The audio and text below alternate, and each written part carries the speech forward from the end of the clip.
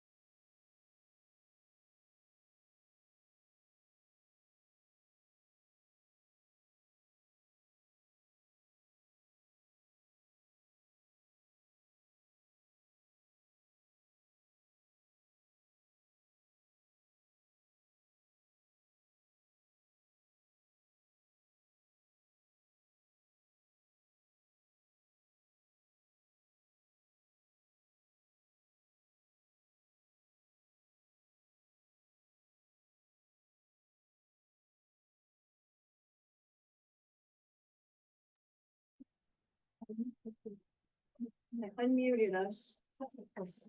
When you're ready. We're all set up. Oh, you do that. We have so much in mind. What is this?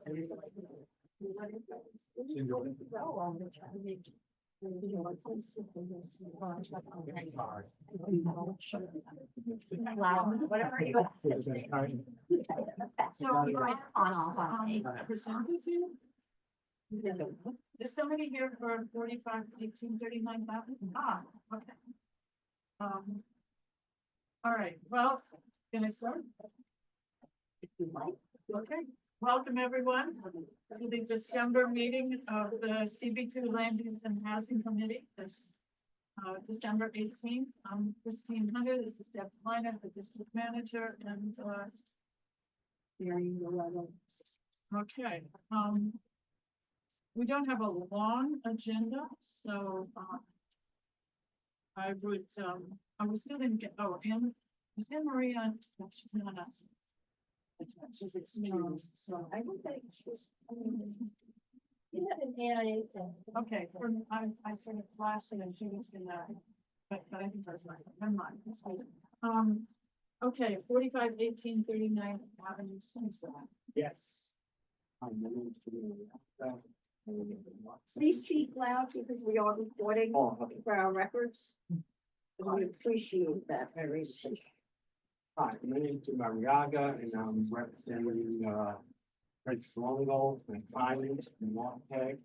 And we are proposing to install a split system property to send to the previous proposal and it's the release disaster. You log it to us or we can put your, Yeah, I'm not sure tech. But if any, I have it on the drive. you don't have to. See what I can do. Always have someone to help you Yes. try. we Thank try. you, so. The client was the techie and you're the brain, so you together. Yeah, we come to one. So basically, I would like to see when you got so I could further explain the project. So.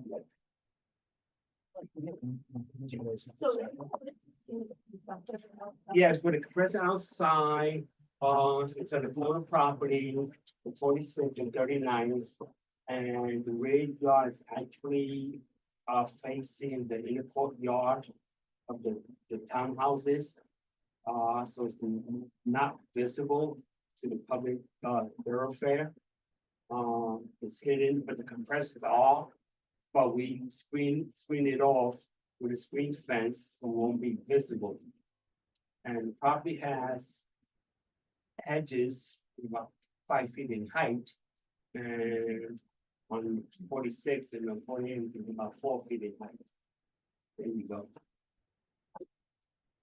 And were the neighbors notified of the application?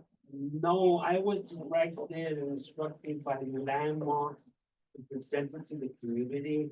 I'm pretty sure that, I will inform my client that if we get the green light, we will definitely notify the neighbors. What about what we'll do. So basically, that's it. If you look at in the car is, that's the south elevation. On 401. On 402 is the north side elevation, northeast elevation. We're not touching the north elevation, so basically, and that is the front yard, more or less. Front yard number 1, front yard number 2. So basically, that's the location of the property. Further up on 43. That's the courtyard. And that's the rear of the property. And that's where we're gonna be installing the vertical electrical conduit, which is called a cover kit. We run a refrigeration line to inside the interior space. What we decided to do to the next page.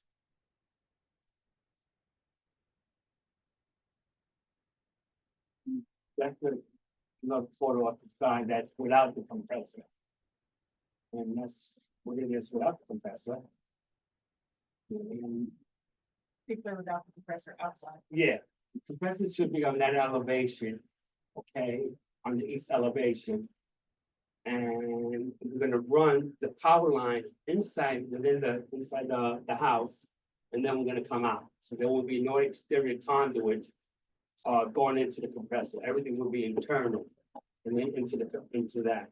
And then you have what's called a switch off box, which is the little brown tag that's gonna be randomized with the elevation. Now, that's the compressor, and we're gonna hide the compressor with this beautiful fence. And voila, compressor is not visible. So it's nice and hidden with a nice, wooden, soft look. So it won't be sticking out on that elevation. Next. Okay, that's basically what's gonna happen if you walk on 39. You really won't even see it with the screen fence. So it definitely will be blocked. Okay. That's within the property. Is it by the side or is it in the rear? It's in this, the compressor's on the side. So it's where, if you go back to the left. There, it's behind Those the hedges. green hedge. Exactly, So exactly. I mean, which landmarks does actually, I think, define as a street elevation, because it does face whatever that is, 46, 45, And it faces 46, 46. yeah. But it will be screened off and that's, it will not be visible and it will be, the compressor will be screened off with a fence. The big question was actually the conduit, the cover kit, which is the following page. That. Go back to the previous place, please. Yeah, so basically, here's your compressor on the south, on the east elevation, and then on the south, which is facing the inner courtyard, which is not visible to the public street, it's actually the rear of the house. So we minimize running up these electrical conduit, so there's only be a minimum of 2. So we will run in, the first one on the left that goes up will be feeding the first floor. On the right, on the corner next to the downspout, to more or less the same size of the downspout, we're gonna run vertically straight to the, what's called a facade board inside the attic and run up refrigeration line to the unit, from the attic going down to the indoor units.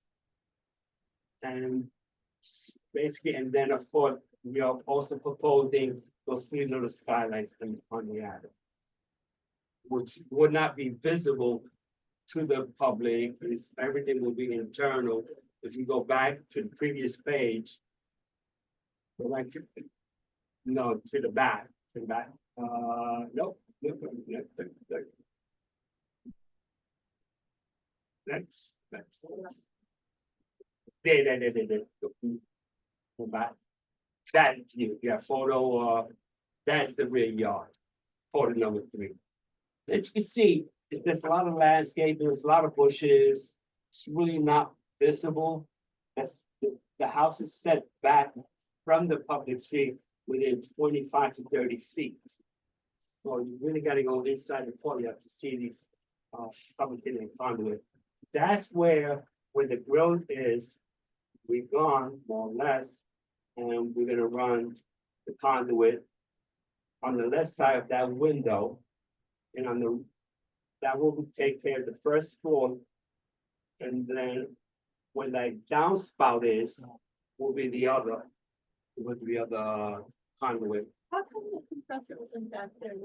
Yeah, that's a really good question. I don't know. There's no space there. Why is there no space? We're looking at. Right. I have 2 compressors. So what's happening is, and then, right. And the, Put the girl on the other side. yeah. That's the backyard. But, it would just take too much space and having an exterior stairs going to that first level. So So the compressor, probably on the same question, one of the questions I have is, you basically, I feel like that compromise, as opposed to coming back to it, doing it with all of the conduit inside the house and the compressors in the yard. And so, like, why not? And why not if people want to, but no, want is that it's more feasible. I'm running, no, it's not, it's not more feasible to meet the guidelines. To meet the guidelines that it's not visible. Is for it to be in the rear. okay? But on the side, it would not be visible. I mean, I'm putting the compressor in, I'm covering it with a screen fence, Then the screen fence is visible, right? but But it's not a compressor. I have a question. In terms of noise, like decibel level Yes. of these.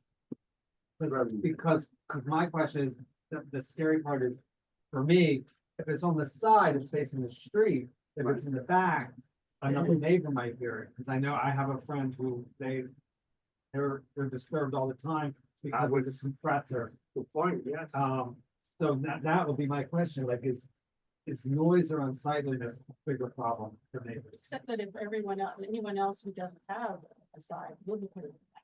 Right, So and given, consistency. I mean, the reality is right now, there's a lot of incentive to put in these systems to go all electric, you get. My CERTA wants you to do it, the state wants you to do it, the city wants you to do it. So, but there will be more of it in the gardens. And I think, my issue is, I think we have to be fair to everybody and not sort of take each individual person's compromise. That's my concern.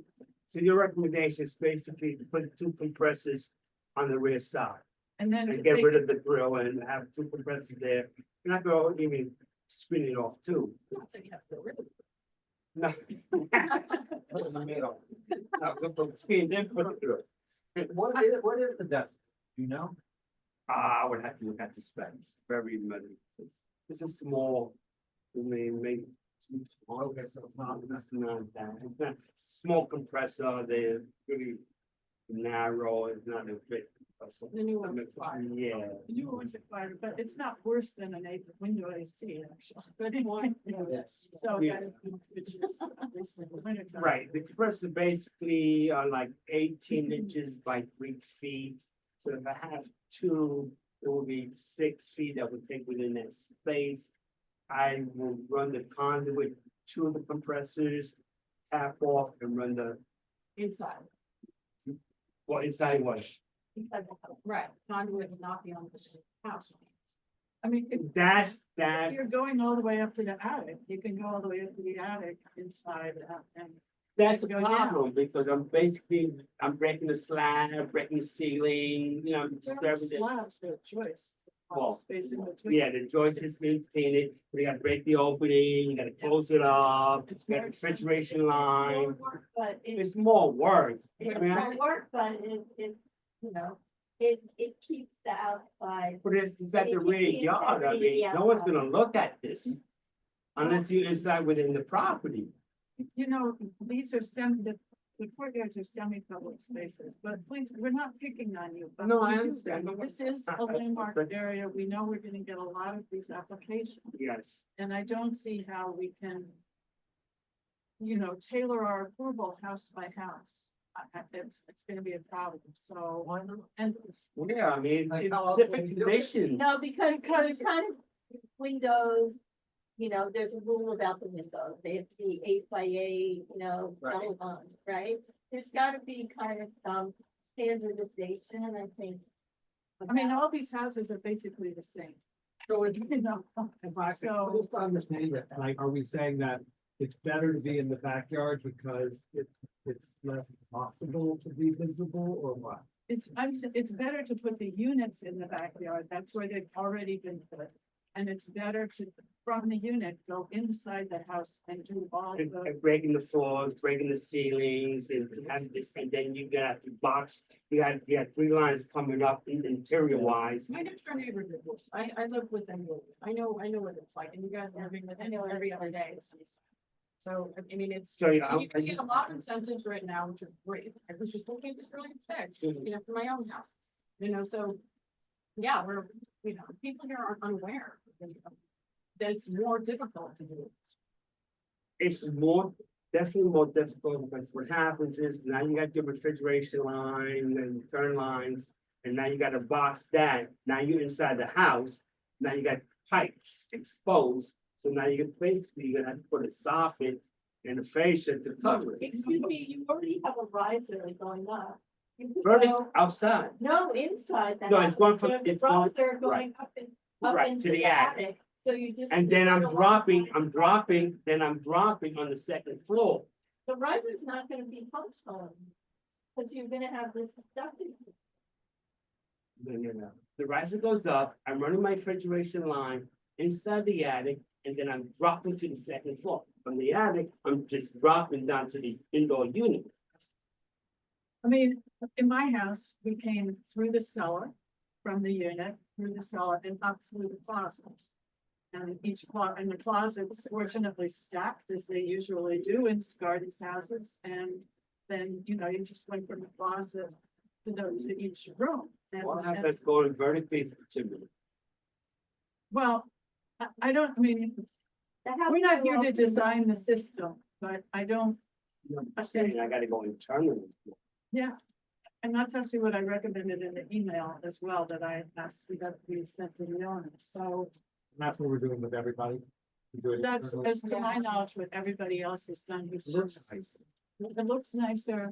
Yeah, I'm not too familiar with this. It won't look, because you won't see it. It's nicer, because you won't see it. Right, it's nicer But- because the exterior of the house stays Yeah. as it is, which is the It doesn't look idea. like England. My question for the board is, are we saying then that our precedence is none of this on side yards? We're gonna say no to that every single time? Yes. And nothing on the outside. Nothing on the outside. Well, the units, the exterior units can be Upon on the this, yeah. outside Right, right. facing So- whatever is the most rear But all elevation of the house. All the conduit. all the conduit has to be inside. Yeah. So we just, as long as we're. Yeah, we can hold hands and Yeah. say that, Yeah. and that's what we're doing going forward. I mean, I think we have to be consistent. just to play the devil's advocate, like, if you think about it, like, if you live in Sunnyside Gardens and you wanna do one of these upgrades, you're gonna have a box out in your living room or wherever that riser is for those Yeah. lines. We do. You- both you- do. Okay, I'm just saying that you have to Yeah, you're understand that. gonna have to It do it that, depends, yeah. it depends whether, maybe in a single family, I don't know, in a two-family house, it lines up, you can go right up through the closet, there's no box. If Can you you, go to the if floor it's, plans? Can you go to the floor Yeah. plans? But Is it later in here? But that is okay. It's the floor plan. That's the base, that's the stuff. And here we are on the. is this a one or a two-family? It's a house? two-family. It's a This- two-family this- house, this- and they this is use, and second. what? And this is. So that's why they have 2 units. I understand, but if it's a two-family house, the floor plan is the same. Top and bottom. so Right, you this is take the a bathroom, closet- this is the chimney, so basically you're saying what it says existing downspout. I'm gonna go in that little corner, right? In that corner, I could hide it. And then I have to go horizontal to the next room, through the bathroom, around the chimney, go around the chimney, go to that bathroom to hit that indoor unit from bedroom, that bedroom in the front. Okay. That's. Wait, I'm sorry, sir, the rear room on the upper right is a bedroom, correct? Yes, And what's at the bottom of it is a closet, correct? no, it's a Bathroom. bathroom. No, get to the left. To the left, Isn't that a closet right there? Where is the bedroom closet? it's probably in that, I didn't show. Okay, the so if bedroom. that's the Okay. closet, In the come up in middle, that closet, you go into the basement, you come up in that closet. There's no box out, you just lose a little closet space. You come up, and the worst you have to do is But that's cross from- once across the hallway. That's not so bad. little time out. So I'm coming from the downspout, okay? Now I gotta go across, where, from the ceiling, You're coming from Oh, the from- basement, go through the basement, going from the basement, go from the from the basement base. ceiling. All right, come now up let's in go the to, closet. let's go to come the up first in- floor. Yeah, Let's go to come the first up floor. in the closet. The No, third that's, floor is the same layout, right? no, it's not. Well, Go to the first one, the next one. No, yeah, that's the Yeah. first floor, that's, all right. okay, it's a door. What is that blue thing? That is a sink, A sink? is it? I Yeah. don't think so. The bathroom has a sink in it. Yeah, this is. It's like a wet bar.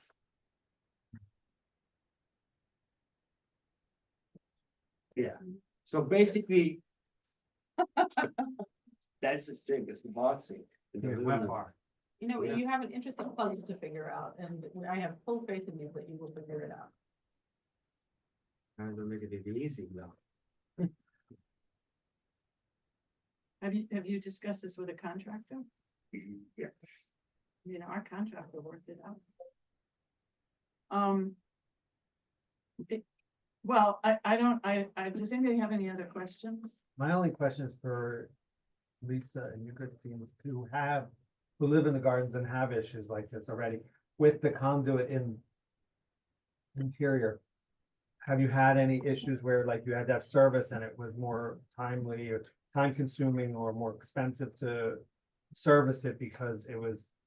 Uh, Yeah. No. I didn't, Pull yeah. it out. No, it would, I mean, no, we haven't had that. Did you talk to Landmarks about, did they give you any feedback? Landmark's concern was, yes, they said that it has to more or less blend with the facade. So we don't wanna slow them outside, but we okay if you painted a brownish type of color, so we don't have a problem with that. Are we being more strict than landmarks, and is that okay? Well, we don't know until it Right. goes to the commission. I mean, this is gonna be a public hearing. And I think, I mean, we have to.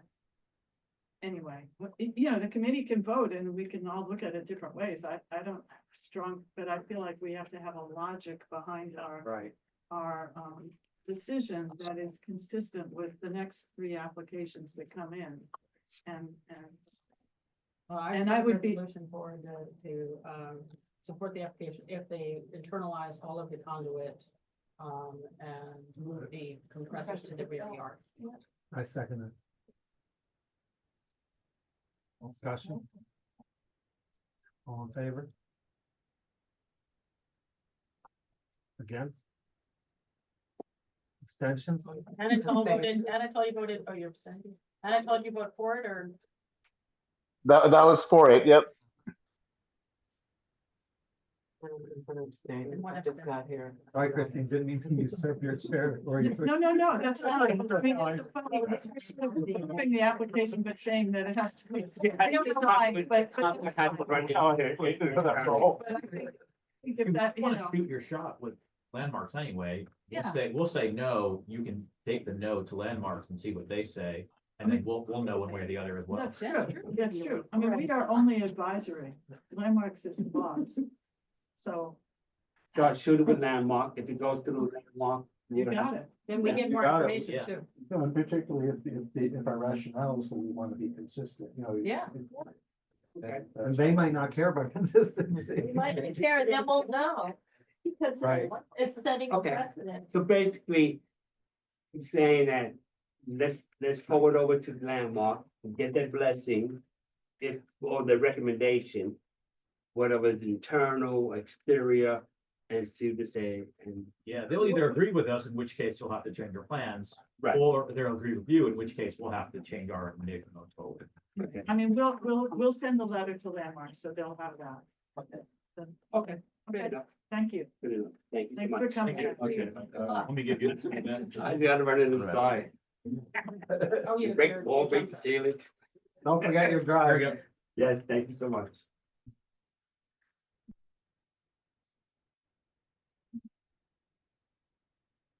Everybody signing the sign-in sheet if you're the transportation or land use sign, please pass it forward, and if you're a guest, please sign the guest sheet. Is anyone here for 3969 45th Street? So we're, Great, okay. Do you have some present? yeah, we have a laptop and, You prefer to use a laptop, use the. Well, probably better so you can drive. We have our Wi-Fi password right there. If you want to connect, then you can go in this Zoom. so we sit here together, so you sit here. Here. Okay, I'll grab it on the carrier. Sure.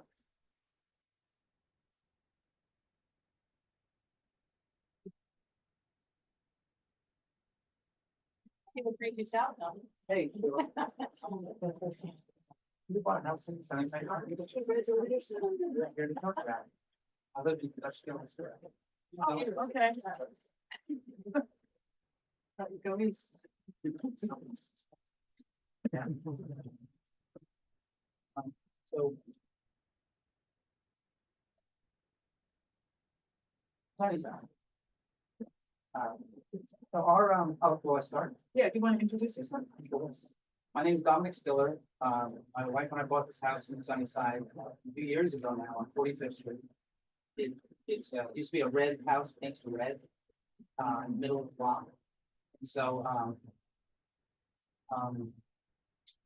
I've been told by landmarks, keep it to the skylights. So, even though I could have that conversation with you guys now, like, it's such a tough, decision on. They're all listed. But, we've been told by landmarks that the skylights have to go to. So we are here for that. Specifically, we do have already four approvals because just the nature of the project is. I'm the GC, I'm the owner, in the contract. So it's hard to have it all on paper on day one. So we wanted to get started. And, so so far we've got a certificate of no offense for interior work. And then we've got permits that staff would have for standard exterior work, which is, masonry restoration, paint removal, facial repair and, slate tile replacement, full replacement. The original tile had it's probably a massive, so it was not unsalvageable. So when we were doing the roof last winter, with fear of losing on slate tile installer, we took a risk, we put in 3 skylights. And we always knew that it would come to the public building. And so we're that. They're in the back, They're in the back, they will show you everything. We have plans. And, skylights, so, there are many skylights, and these ones are, we'll present them. So I guess maybe you'll try. You gotta legalize. yeah, but it's really kind of an issue. Some Yeah. people are being, I don't know. Hopefully they were kind of. Well, Well, you kind of heard, you're in the interior house, you have neighbors on both sides. correct. Yeah, you shouldn't have a problem. I mean, it's pretty clear cut. Well, we've already got the rear facade restoration, including replanting of the rear court. So that was approved at staff level. Yeah, no, I meant putting the split system should be that part. We've got that approved. Oh, okay. Right. So we've been told that's a staff level. We'll have all the kind of. I'm happy to hear that it was a staff level review for you. It's convenient because they're on the rear one-story, existing porch, so they go straight in, and that was, there, that's fascinating. Okay, They're even tucked into a nook, because the houses aren't lying opposite. okay, So, but regardless of all that, there's no place from the street anywhere, right. and, so whenever you want to put the drawings. Just lay it for them.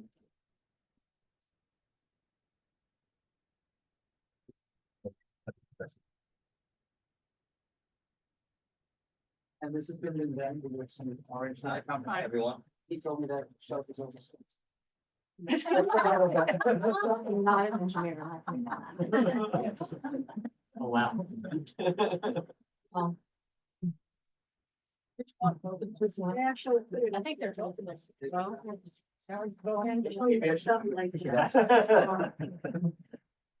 Like everybody in this room. Or, it doesn't say, Sure.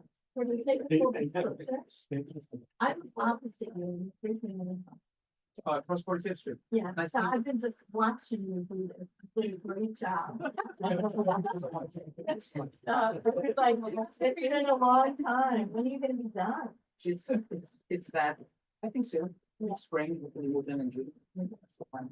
Yeah, exciting.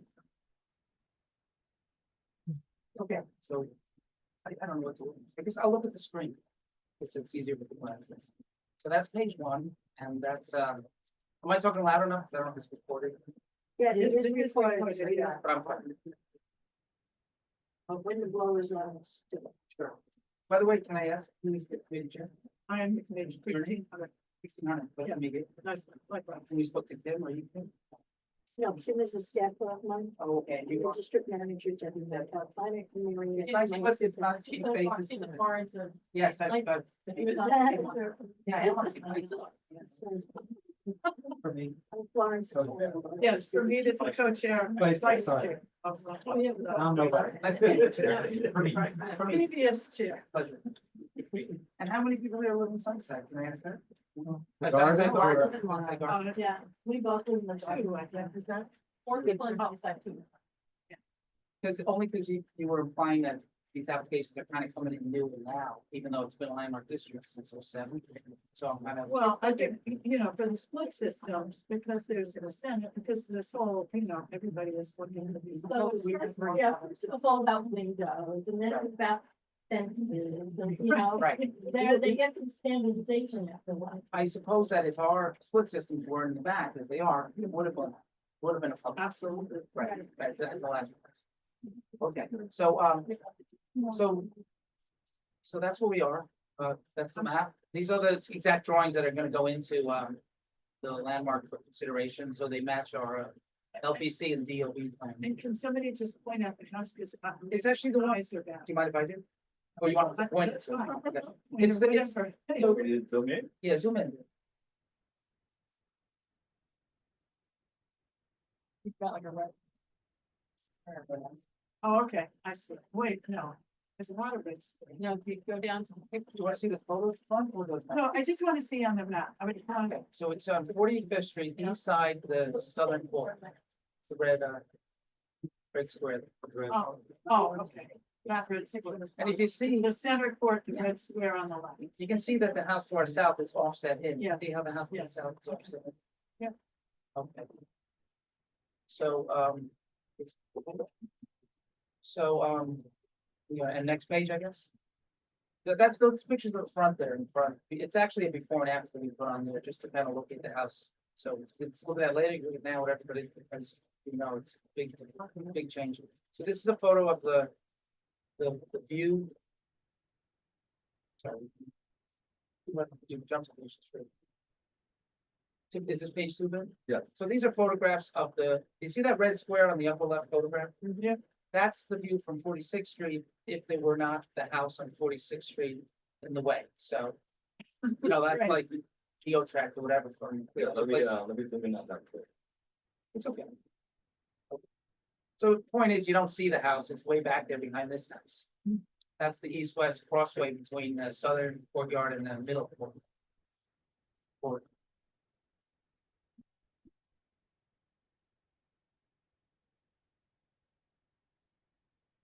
So, you want to get them out? Yeah. So, so there's, you can see that the rear restoration there, you see the white porch on the right under construction. If you look really carefully, you zoom in, there are 3 skylights on the new slate tile above that rail.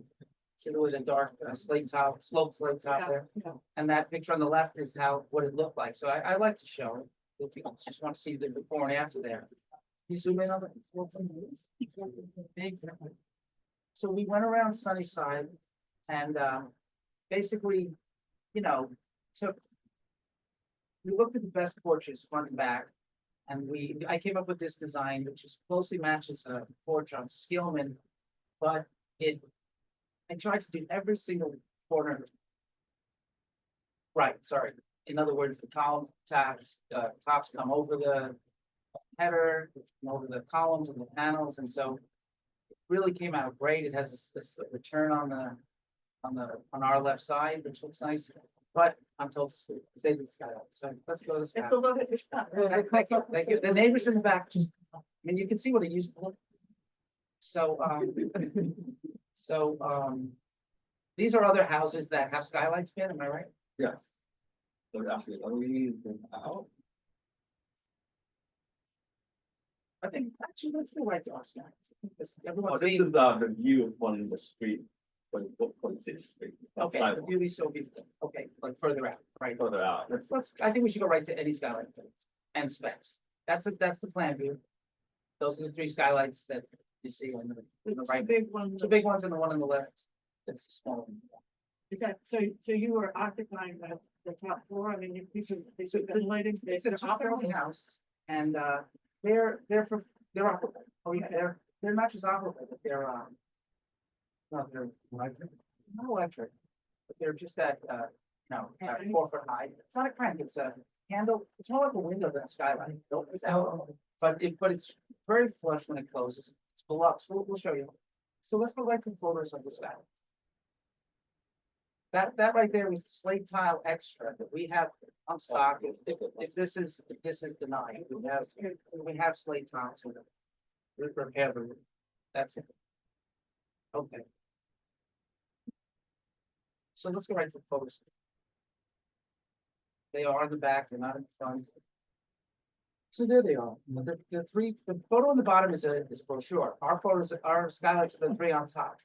So they come up about 2 inches from the new slate tile, and they're in the center of the attic. One of them is over there towards our left.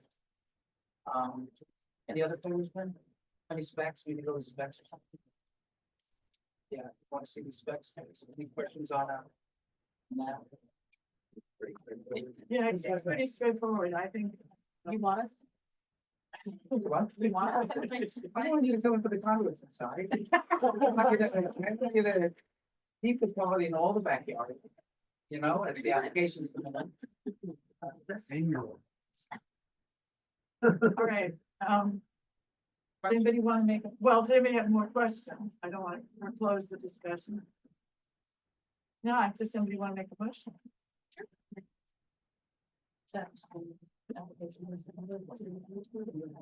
Thank you. Okay, The last page says, thank Um, you. any, all in favor? Can you stop sharing so we can see the, they can, just for a minute, thank you. Appreciate it. We need to see the people. Oh, yeah, well, second place. Sucks, yeah. Thank you. All in favor? Anatole, did you vote? Oh, he raised. Unanimous. Okay, you got it. We're gonna have to take his ballots. Thank you so much. We have to go to LTC in January. Okay, I think, good luck with Thanks. keep it. Give it to some other round. Keep it. Someone, yeah.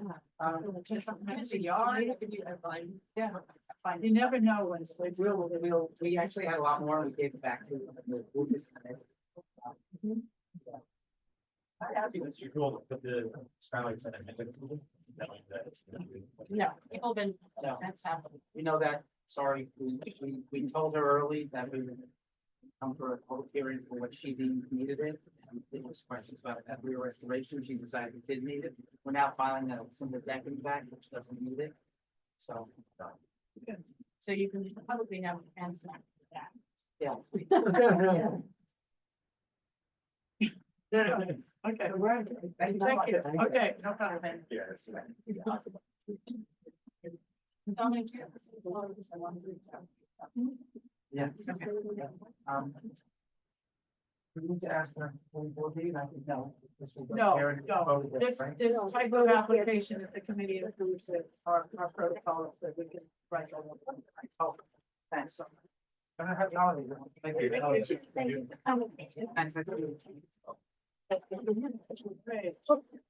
We're just gonna grab this. Our next item is city planning. Welcome, Katie. Anyone have the land use plan? I'll get Andy. Andy. Oh, you know what? I'll see you after the when we like check. Andy, you want to sign? Your public meeting.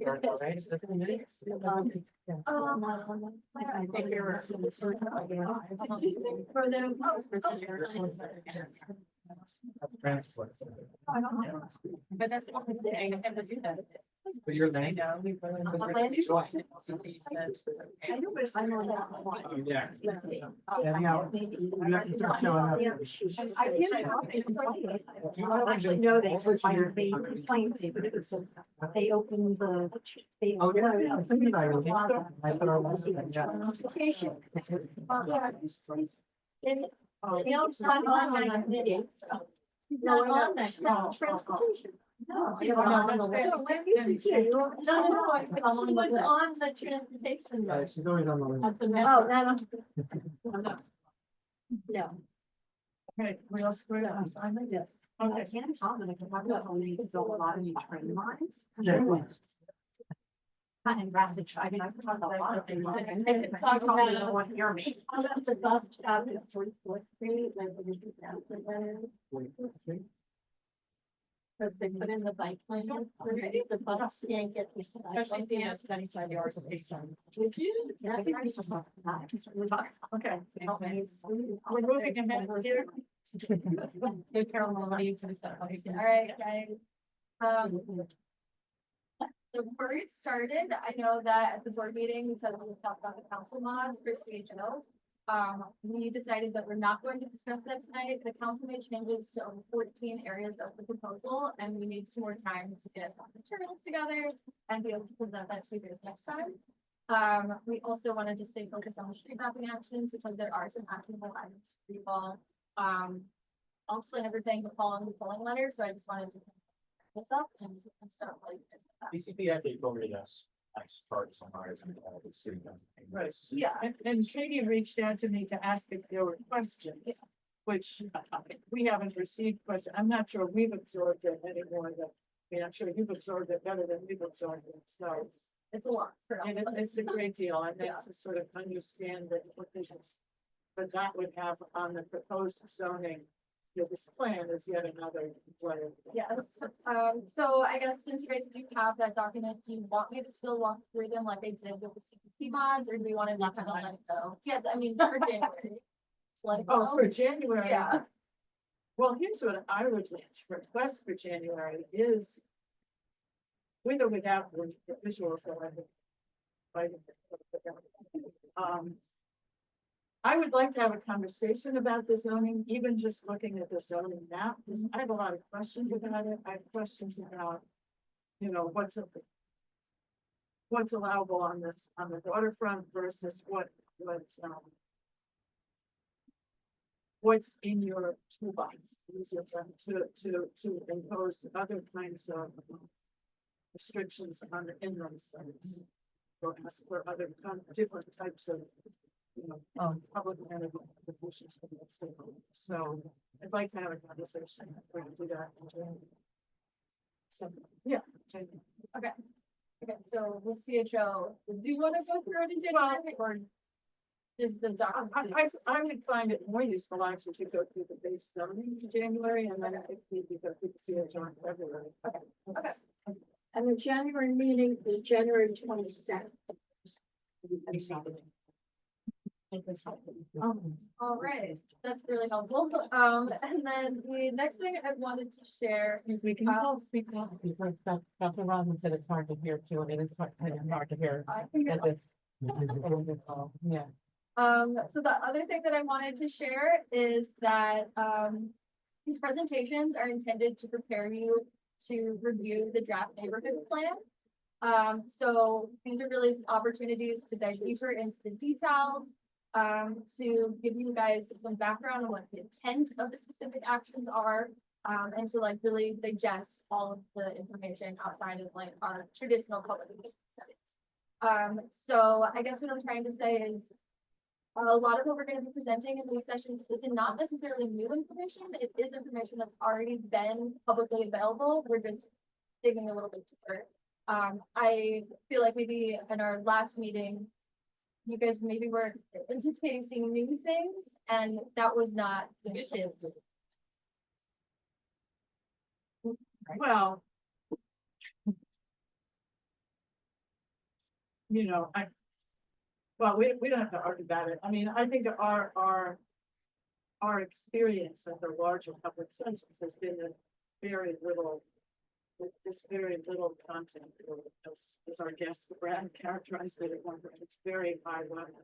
And so we are hoping that at these sessions we can see that, so those were our expectations. So you said you're looking to dig deeper. Is that like a euphemism for finalize? No, what I mean by that is like, for example, for the IBC, we went zone by zone and we talked about what we were like, what our thinking was for these districts, why we proposed the districts, or where the boundaries were, things that go beyond what we discussed in the public engagement session, which was more of a reveal. That's what my intention was. Okay, and how far is where you are now from finalize?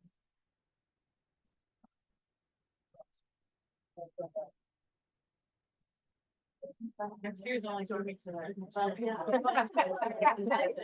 Already in 2020. So yeah, and then. Wait a minute, end of next year, we posted. I mean, the intention is still to certify in June. It's a 7-month process, and you're like 1 month into 2026. It's how we're gonna do it. So that's, so.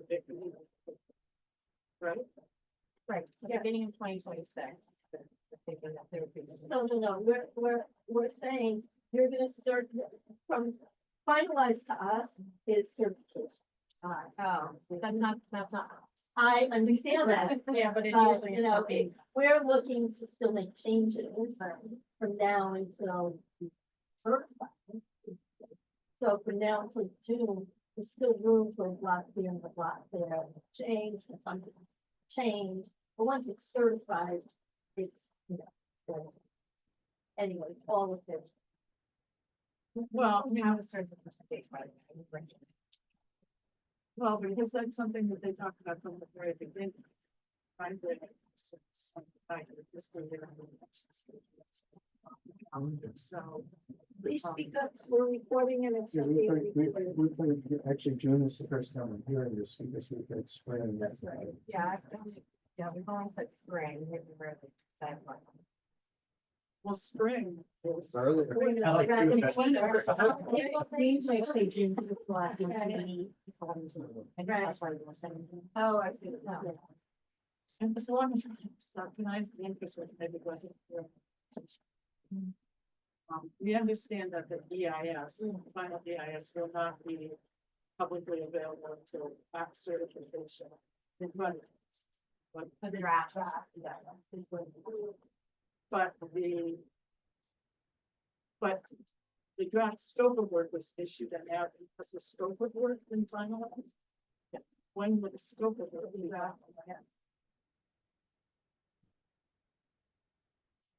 How do they prepare the EIS if they don't have the final scope of work? And how would they have these simultaneously? All of that. Nothing is final. But isn't the scope of work like a contract that says, these are the things you're gonna investigate, this is what you're gonna analyze? So if they're doing that work now, what instructions are they going?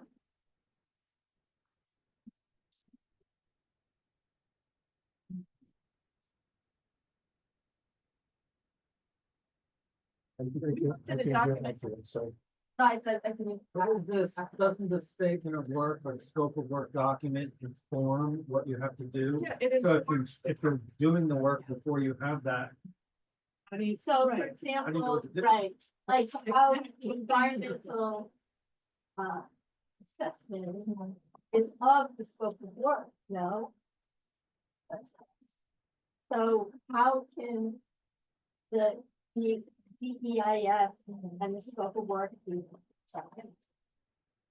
Draft submitted, finalized, like, how can they both be submitted at certification concurrently? Without one being dependent on the other?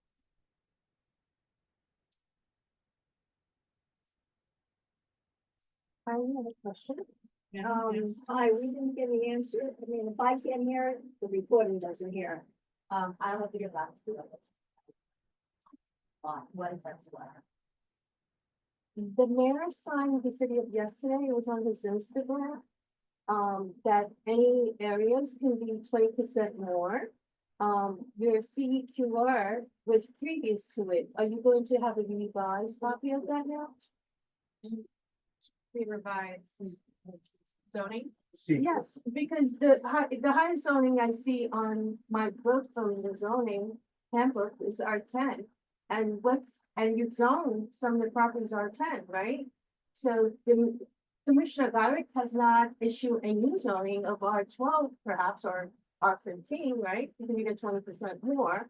So your data for the CEQR is not accurate because we're gonna have more people. Okay? Well, no, because you're building more, you're allowed to build more. Legally, right now, your data has to go back and be revised. No, it was all in the assumptions. So there's multiple, I can't break it for you right now. Well, it can't be assumptions because it's Because a CQR, it's a legal document from, Right. from New York City. That you are telling, you know, the community that we're rezoning this, and this is a process, right? There's laws, you know, with this process, right? You see, CQR, I got every page of it. Right now, we have a higher zoning than the R10, because it's 20% more with the city of Yes. And Willie Wong says there's no parking, right? So where are the implications of this? Because now there's no parking, people have to use public transportation. Wait, Fanny, I think before, I'm not sure if it's before you came in, but there was a discussion at the beginning with city planning saying, asking us if we wanted, when we wanted to discuss the implications of city of yes for this, for the one LRC. And they came with a different topic, which was public streets tonight. So I think your question is, would be very valid, but I think it should wait a month or two until we're I'm gonna discussing. start writing letters. The second question is the industrial IBD zone with all the contaminants that has the users. I would be, doing another, letter to the board and to you guys that I discovered. Okay, thank you. So let's proceed. Next slide, please. All right, so our agenda for tonight is to review the street mapping actions and then to discuss agency goals. Next slide. So starting with why we're proposing the street mapping actions, and why they're needed. Shared goal 2 is to invest in existing parks and deliver new open space along the waterfront and in the core that is high quality, resilient, sustainable, and accessible. So the next question is, how do we accomplish this? We will need to create legible public access to the waterfront, adapt the street network to allow greater flexibility and site planning on adjacent sites and along the waterfront, and bring all mapped streets up to basic city standards. The draft scope of work includes a set of proposed actions that will give us the greatest flexibility to deliver on these shared goals. In this case, we're focusing on public access to the waterfront. So we talked about a couple months ago, the modifications to the Northern Hunters Point Waterfront Access Plan. This will guide the development of new high-quality open space along the waterfront. The schematic map here shows where public access will be provided. The dark blue arrows show where it will be provided with upland connections, and the kind of teal or turquoise arrows show where it will be provided with city streets. Maybe can you Yeah, Oh, sorry. that'd be better. at the other end of the table, they're having You're trouble hearing. Absolutely.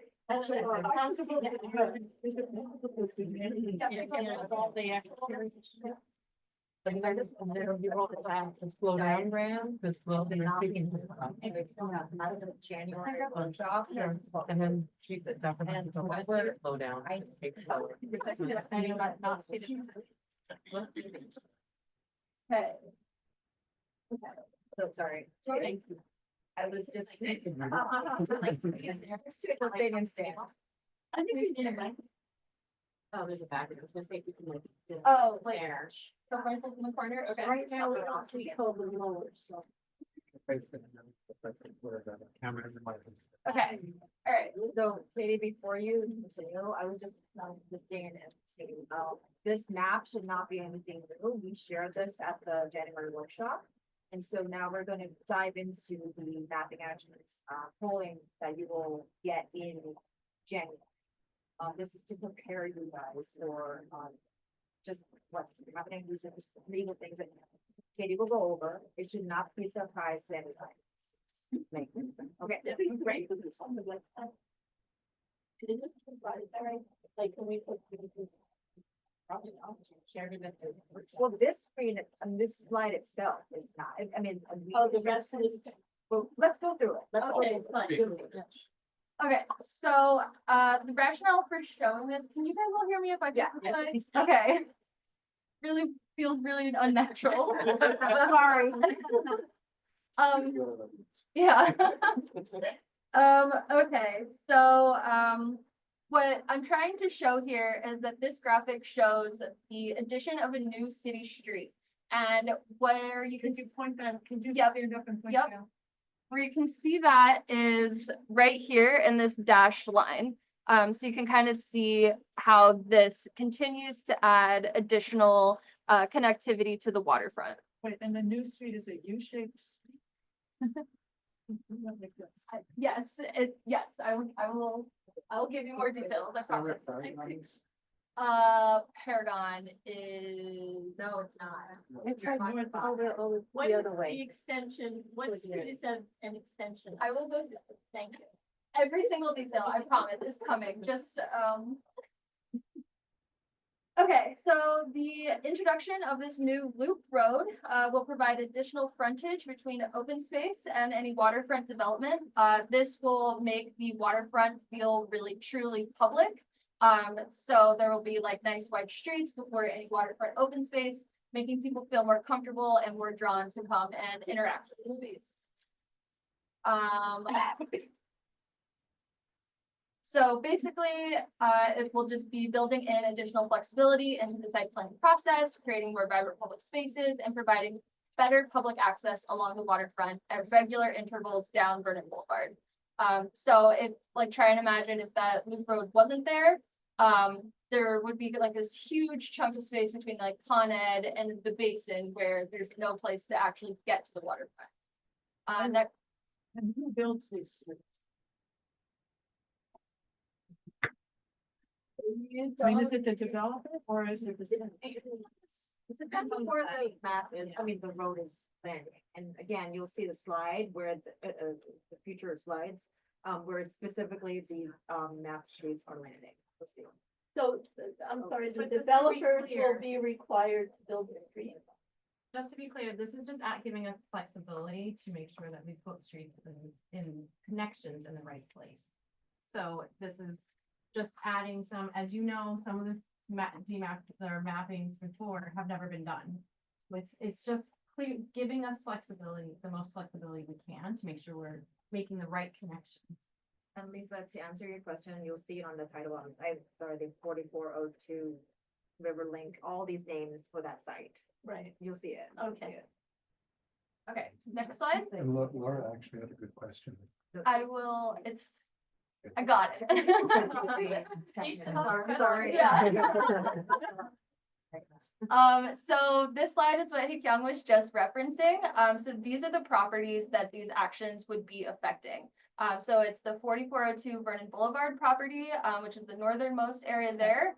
And then the other two sites are the public sites, the DOE property or DOE building, as well as the DOT site there as well. But the two private sites would be Tilebaum and Plaxall. Plex. I don't think Plexel They're- involved. They are, maybe, can I take a look at them? Yeah, they have a property just west of the DOT building. I think it is.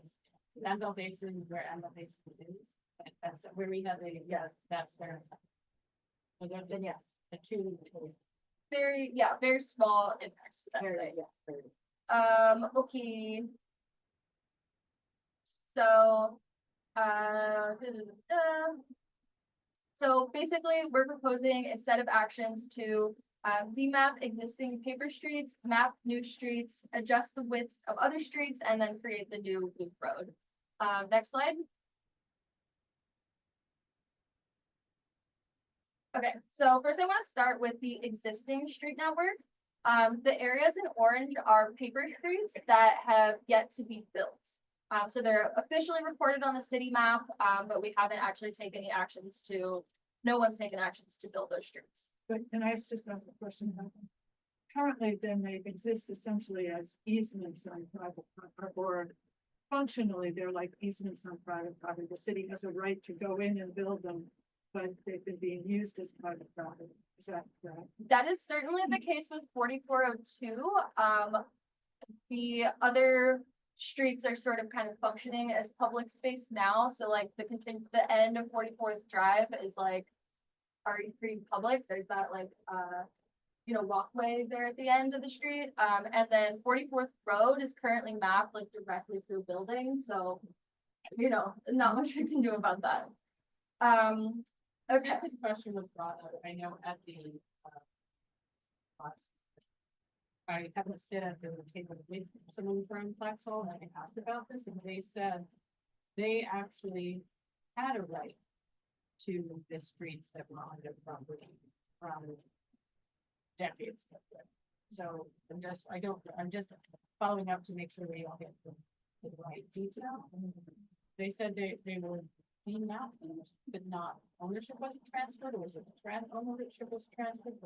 It was one, I didn't fully understand it, which is part of what I'm glad to say, but this was something that was sent to me at that table. We can get clarification from the Plaxall team. That's fine. Okay, thank you. Can I ask you a question? That third piece that's with yellow, is that gonna be a street?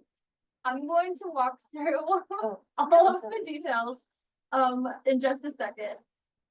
So I am basically going to start with the northernmost portion. Would you do the next slide, please? So starting with the street that is mapped on 4402 Vernon, basically what we have there, we're proposing to remove this. It's a cul-de-sac, kind of style, and it's a very wide turnaround and overall an inefficient use of space. So we're proposing to demap this segment. Okay, so then the next section this is another demapping that we're suggesting. This would be the prolongation of 44th Road. Today, the street alignment is not very effective. Like I said, it goes straight through the building, and it doesn't even follow the existing lot lines. So you can kind of picture if that street were built as it looks today, it would leave like that weird kind of triangle in between the two properties that are basically undevelopable. It's just not a, a good way to map a street. It would also go directly into the water and just, dead end, kind of similar to 44th Drive. And next slide. The next area we plan to demap or propose to demap rather, is the street end of 44th Drive. This is another map street that goes directly into the water. And as you can see from these three streets, there's no connectivity among them. Once you get to the end of them, you're basically stuck. So it's just not good circulation along the waterfront. I have a question, yes. So Portsmouth Drive, I mean, people walk down there all the time, so what are you doing what are you gonna do instead? Yeah, so the first action is to demap. So I just walk through the demappings and then I'll start adding what we are going to add. So next slide. Okay, and then the last change to the existing street network is along 45th Avenue. 45th Ave is a very narrow street. It is only 30 feet wide, and its current width does not provide enough space for both for both people and cars to use the street safely. That's one behind the DOT building and the security company. Next slide. It's the safest street in the neighborhood. That's a great street. It's a little scary though. It's the safest street in the neighborhood. That's security company. So now moving to the waterfront framework. So we just kind of removed, and now this is what we're going to be adding back. So starting with number 1 here, we're proposing the introduction of a new loop road that would connect 5th Street with 44th Avenue at Vernon Boulevard. The loop road would accommodate two-way vehicular traffic, bikes with either a dedicated facility or a shared concept, and pedestrians with 2 15-foot sidewalks on either side. The loop road creates the legible and connected public access along the waterfront that I was speaking to earlier. Next slide. Number 2 is proposed new alignment for 44th Road. This new alignment follows the existing lot lines, which will create a bit more space and would create a new frontage on both of the adjacent properties. This new alignment is a more efficient way to map the street and would strengthen connectivity to the waterfront. These proposed new streets would be added to the city map, but not all segments must be built. These are basically just improving the city map to create a better outcome than what we have on the city map today. Next slide. So 44th Road, you go straight down to the waterfront. No. That's what I'm trying, because I can't really see that. We'll go back to these once I run through it.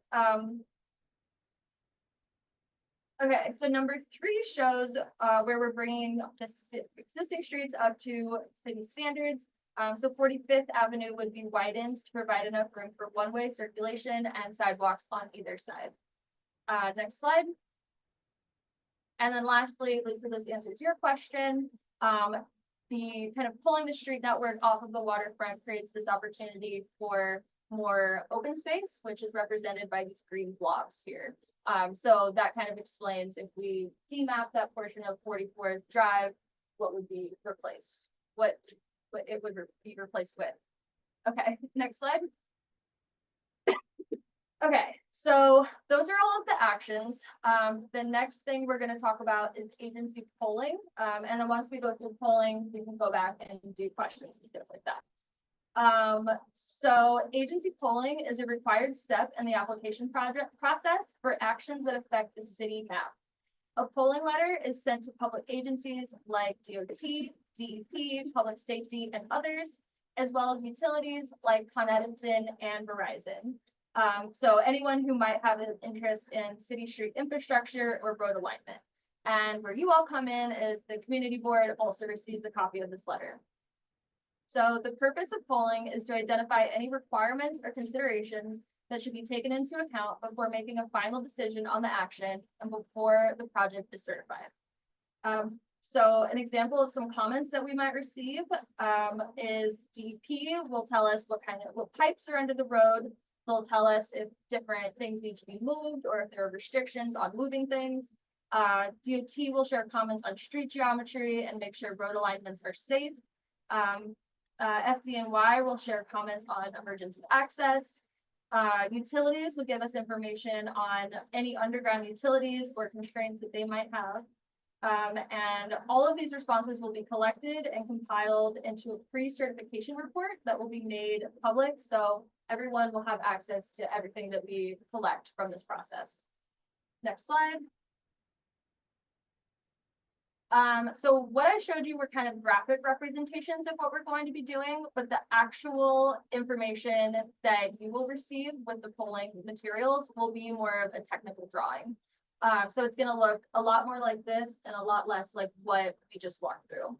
So I just wanted to give you an example of this so that you know what to expect. Question. So what you're describing in terms of progress, in terms of reaching out to the various agencies that control aspects of the street or what runs under the street, I would expect to see as a survey. I mean, if I were going to build something there, I would send out a survey, right? Their job is to actually go to all these agencies, but also in some cases do actual physical checking because let's face it, not everybody really knows where the sewers are. And so is a survey also going to be done? Because otherwise there can be these incredible surprises. Yeah, so I don't know anything specific about a survey. Lara, is that part of the? I would think so. But I would hope so. Yeah, I would think. I mean, I would hate to go through all this and then all of a sudden, oh, by the way, you know, that wasn't a Yeah. 6-inch sewer, it was a 10-inch sewer. Right? Yeah, I mean, I think that's why the other agencies are looking at it, but we can double check and have it. That actually happened with like this one side, so we don't. Yeah. If it wasn't. Yeah. I mean, it's not, I would All say, the, everything logic along out somewhere. all the things wrong. So for We are that we're going to get before you on the consultants for this particular portion of our application, we'll have done so. Like literally a person would have gone out to do this. In terms of the agencies that will be doing the check.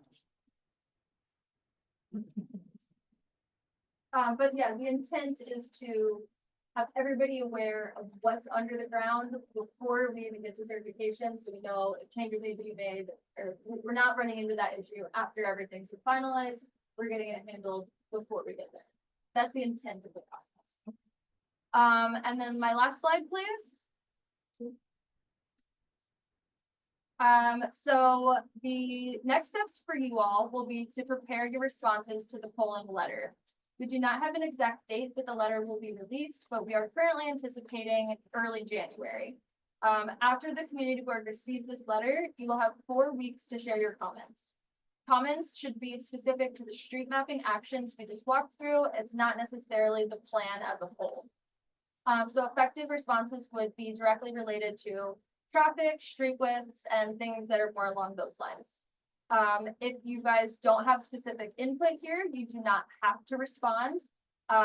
Polling comments do not replace ULURP, so you will still have an opportunity to provide any comments or feedback on this part of the application during ULURP. So any lack of response obviously doesn't change that.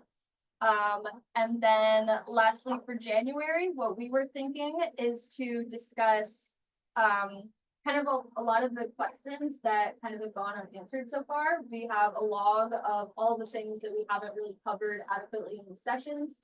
So our plan, and we can change this, but our plan was to kind of go through all of those and kind of just do like a Q&A roundup from everything from the past couple of months. And then my other idea was to go through the CHO mods, but we can also push that to just applicability of CHO to the LIC plan for February. And that's it. Thank you, Katie. I'm sorry for all the press jumping in all the time to get questions. So what? Well, It makes it fun. Well, she had a hard time getting through her presentation. But I would like to request that in January, we start with a review of the zoning map. Yeah. The proposed zoning map, and that we have a chance to ask all our questions about that map. And if by some miracle you have more to show us about, zoning envelopes and stuff, it would be great. So you, And yes, Maury.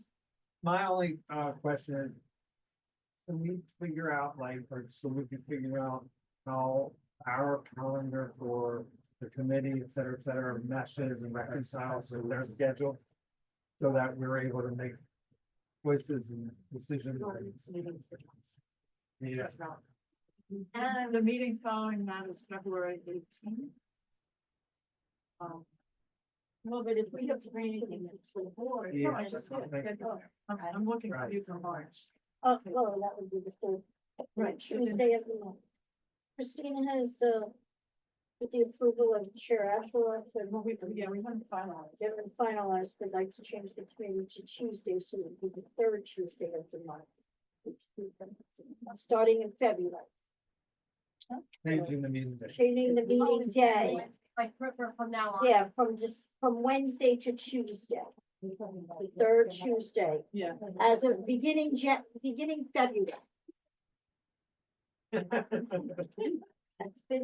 the chair of the committee. Shake things up all the time. Oh my God. So it'd be February 18th, March 18th, April 15th, May 20th, and June 17th. And the time is the same? Sorry, Time is the same?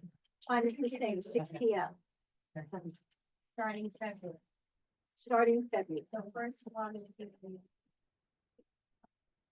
And then, full board in January, that's literally still the first It's the Thursday. 9th. Oh, it is It's the January 9th. 9th, it's on the website at time. Okay.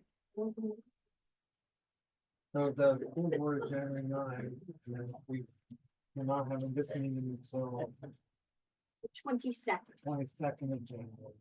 So we can, So then we'd have to, circulate. we'd have a February, whatever, meeting for the full board if we had. to- Your full February board meeting is February 6th. We'd have like. we can have that.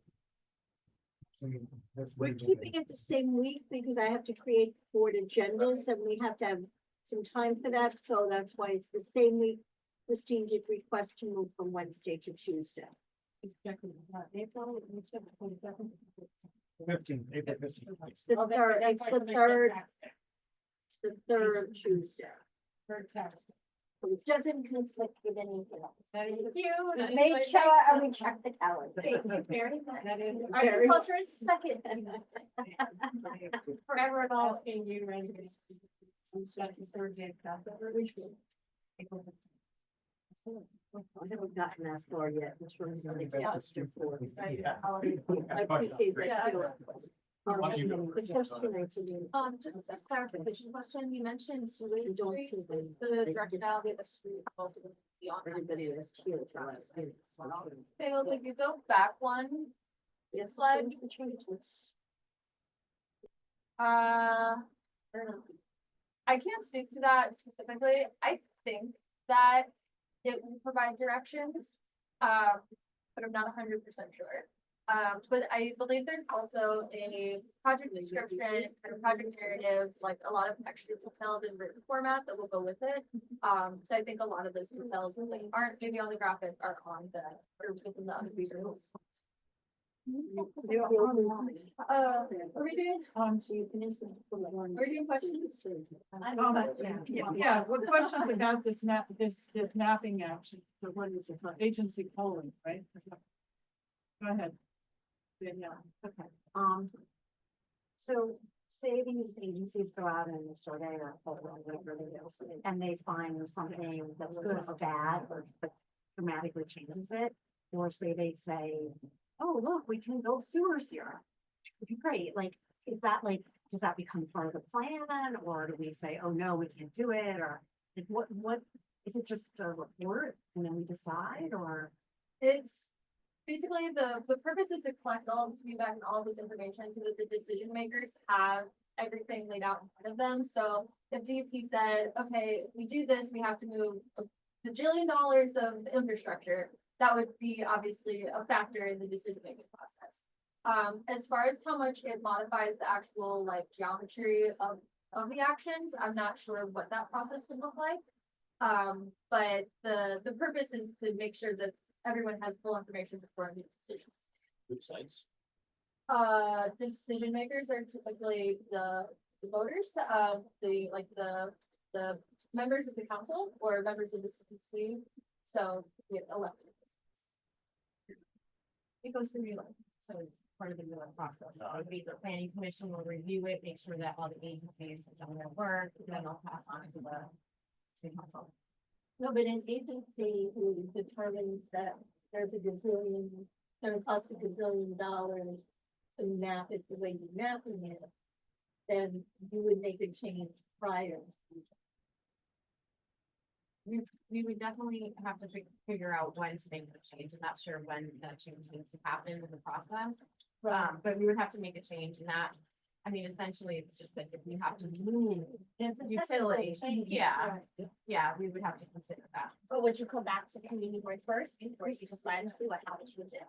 I mean, we come back here every week. So I'm sure. I mean, I don't know, like, so yes? Of course. Okay, Yes, just check. we're always here. For me, sorry. So in the draft of the work, the other thing related to the map changes that you guys had was that portions of block 489 are gonna get mapped as parkland. Think we go back About that. 2 slides. One, yeah, that slide. So block, was it 488, 489 correspond to the 2 public site properties. So the green blobs that we are representing there would be, the open space that that's. That makes sense? So is that now private land? Yeah. Private land, it's all public. It's all public. So Yes. I mean, I can stand up. Yeah. So everything south of this line, these are private, or these are public, excuse me, and this is private. the green, the north of the, top green block, the oval one, private perspective. Is that connected? Correct. That's the 4402 Vernon Boulevard property. What does it mean to mark private land as parkland?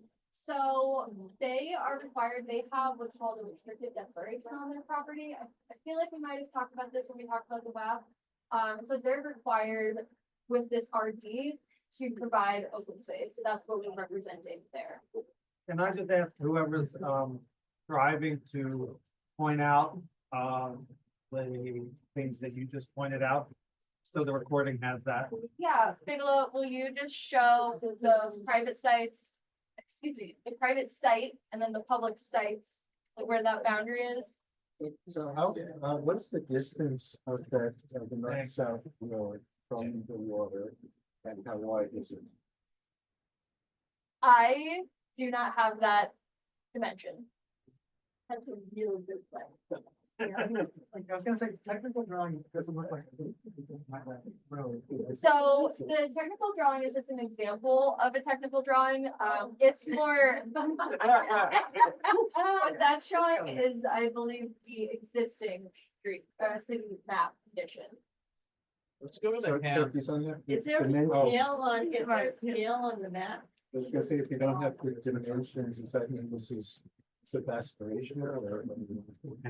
No, so basically what we're doing today is just getting you familiar with all the materials before you receive the materials. So once you've received the materials, they're not a shock and you know roughly what's in them. And then I guess the January committee meeting, we could bring like more people to help us like actually dig through the technical drawings, but I just didn't want you guys to receive a letter on something we had never talked about before. That's also pretty like formal. So complicated. distance and sizes, that's known that will be removed in January. It is known by people who are not me. I just don't have the dimensions, but we will have the dimensions. So the blog does stand for the space from the street to the waterfront. You mean, are they like proportionately representative of the No, amount of open space? from the end, from the street to the waterfront. That little rectangle, right, on the lower block, Mm-hmm. right? From the street to the waterfront, is that all public land? Bailey, go to the second slide.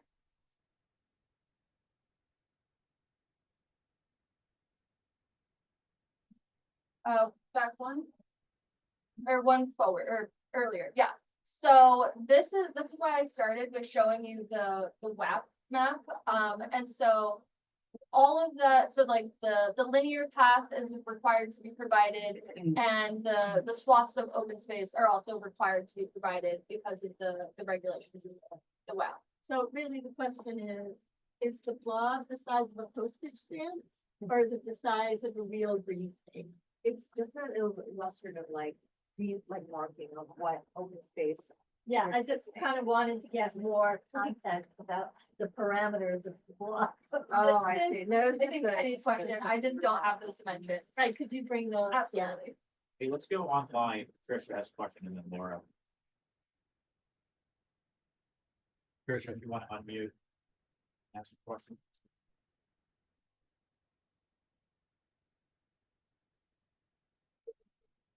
Tricia, can you hear us? Feel free to ask your question, unmute. It's very hard to understand you.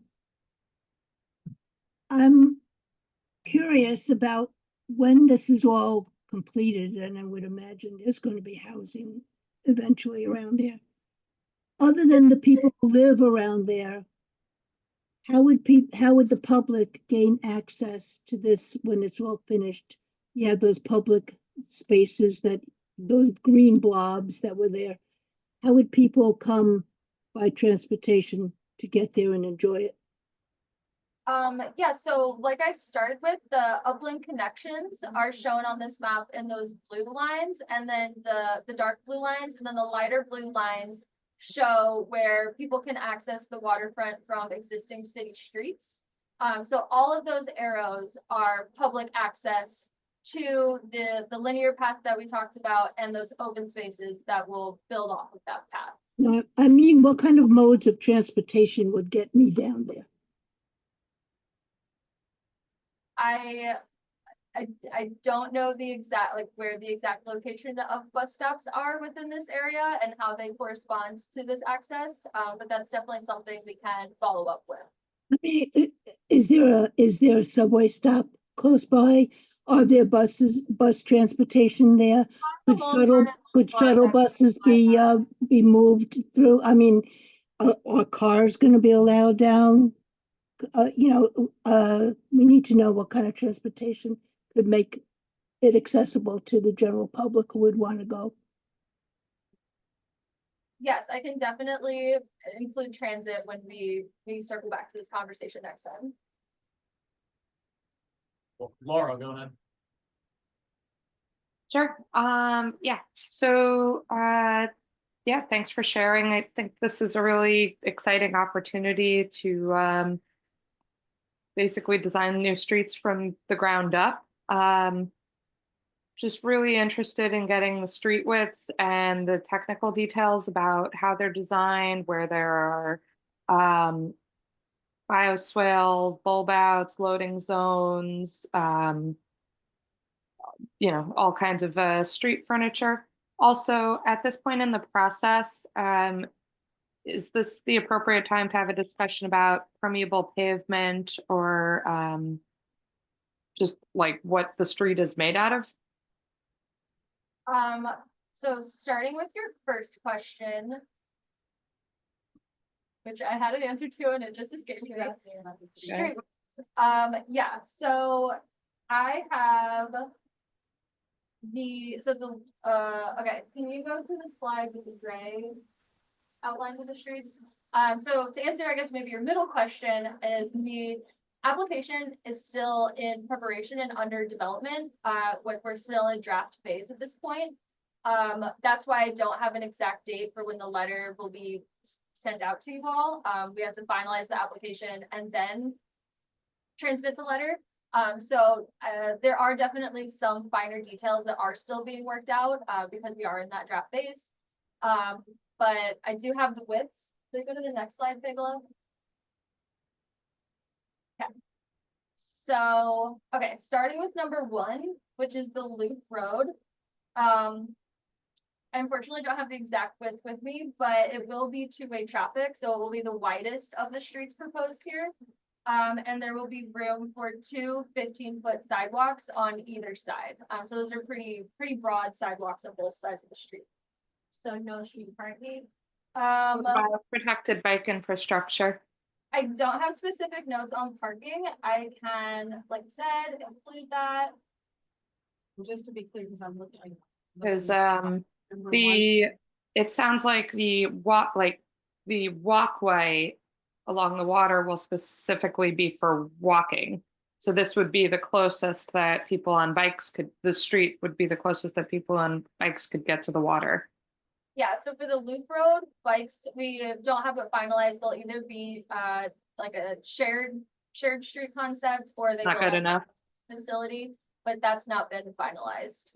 Yeah, no, we need protected bike lanes on the street. And if we have an opportunity to design a street and get it right the first time, we should really do that. The food truck is gonna be a big, like, impact to having to manage or regulating that.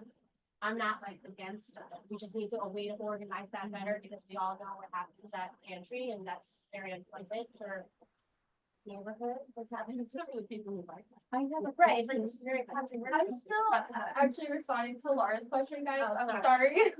So number 2, which is the remapping of 44th Road, that will be one-way traffic and it will have, again, 2 15-foot sidewalks.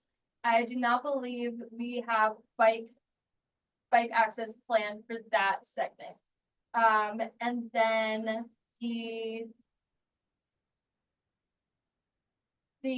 kind of other chunk that's not labeled, that will also be two-way traffic. There will be 2 parking lanes and 2 15-foot sidewalks there as well. And the existing bike lanes from Vernon Boulevard will be continued onto that segment. And like take what's going on Vernon Boulevard and bring it over to 44th Drive. So I think that is where the protected bike lanes would be, and then the loop road would be like a secondary bike access path. Okay, so the loop road would have protected bike infrastructure. Just want to clarify that. The continuation of 44th Drive, that's where I believe the protected bike lanes would So not the loop. be, not the So loop it's just road. gonna end when we turn on. Yeah, that's not good. That's really not good. Like we should have learned from the 2015 Hunters Point street reconstruction, and no new streets should be constructed without protected bike lanes. Because people will want to take their kids close to the water. Not everybody is a commuter who wants to just get up and down Vernon super fast. And like, if there is no bike lane, people will bike on the sidewalk. We know this. And if there's room for parking, there's room for a protected bike lane, and you should really just make the changes right now. Noted, thank you. I think the first question about, access in general and busing, how do people get here was a very important question, and we'd really like to hear from, we want to hear from DOT and the TA, from the transit authority.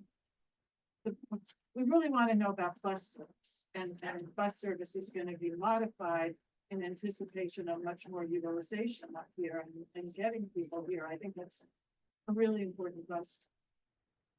And should be, so, go ahead, Lisa. Yeah, I mean, just to add to that, you know, handicap accessibility in that area is key. And it sounds like there's a lot of roads and bikes, but, you know, people are gonna come in all kinds of walkers and things like that, and so I just wanna make sure that they do. Thank you, Lisa. This is my question. Earlier in some of the meetings in the seventh grade, I would like to do the waterfront. And I'm gonna get your parents, you know, electric motor.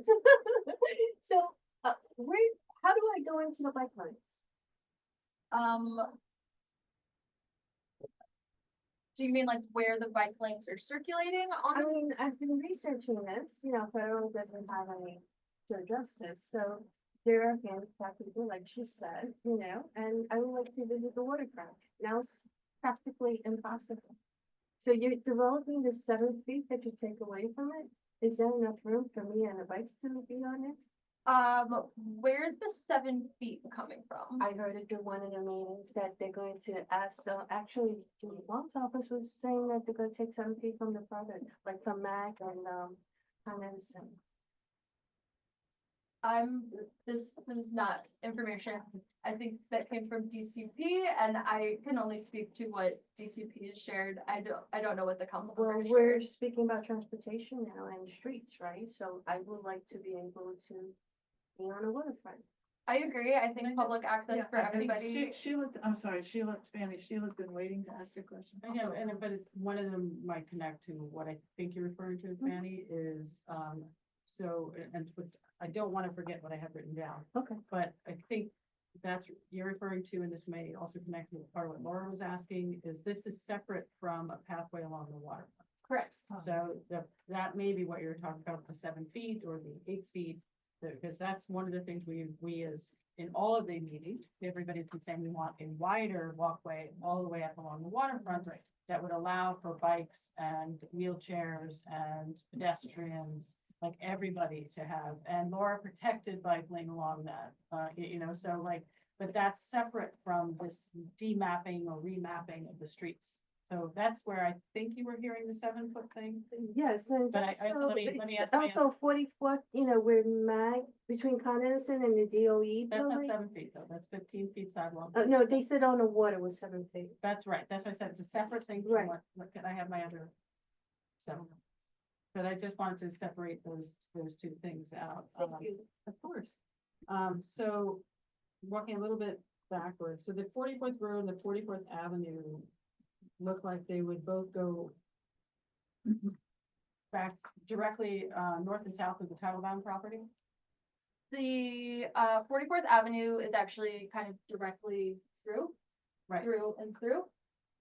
So And then 44th Road, is proposed With on the DOE property, yeah. oh, that's going through the DOE property, or just north of it. Just hugging that Right, lot line. Okay, yeah, it's so funny, I wish I could share this, but I just opened up the map, and if you all see, there are lakes.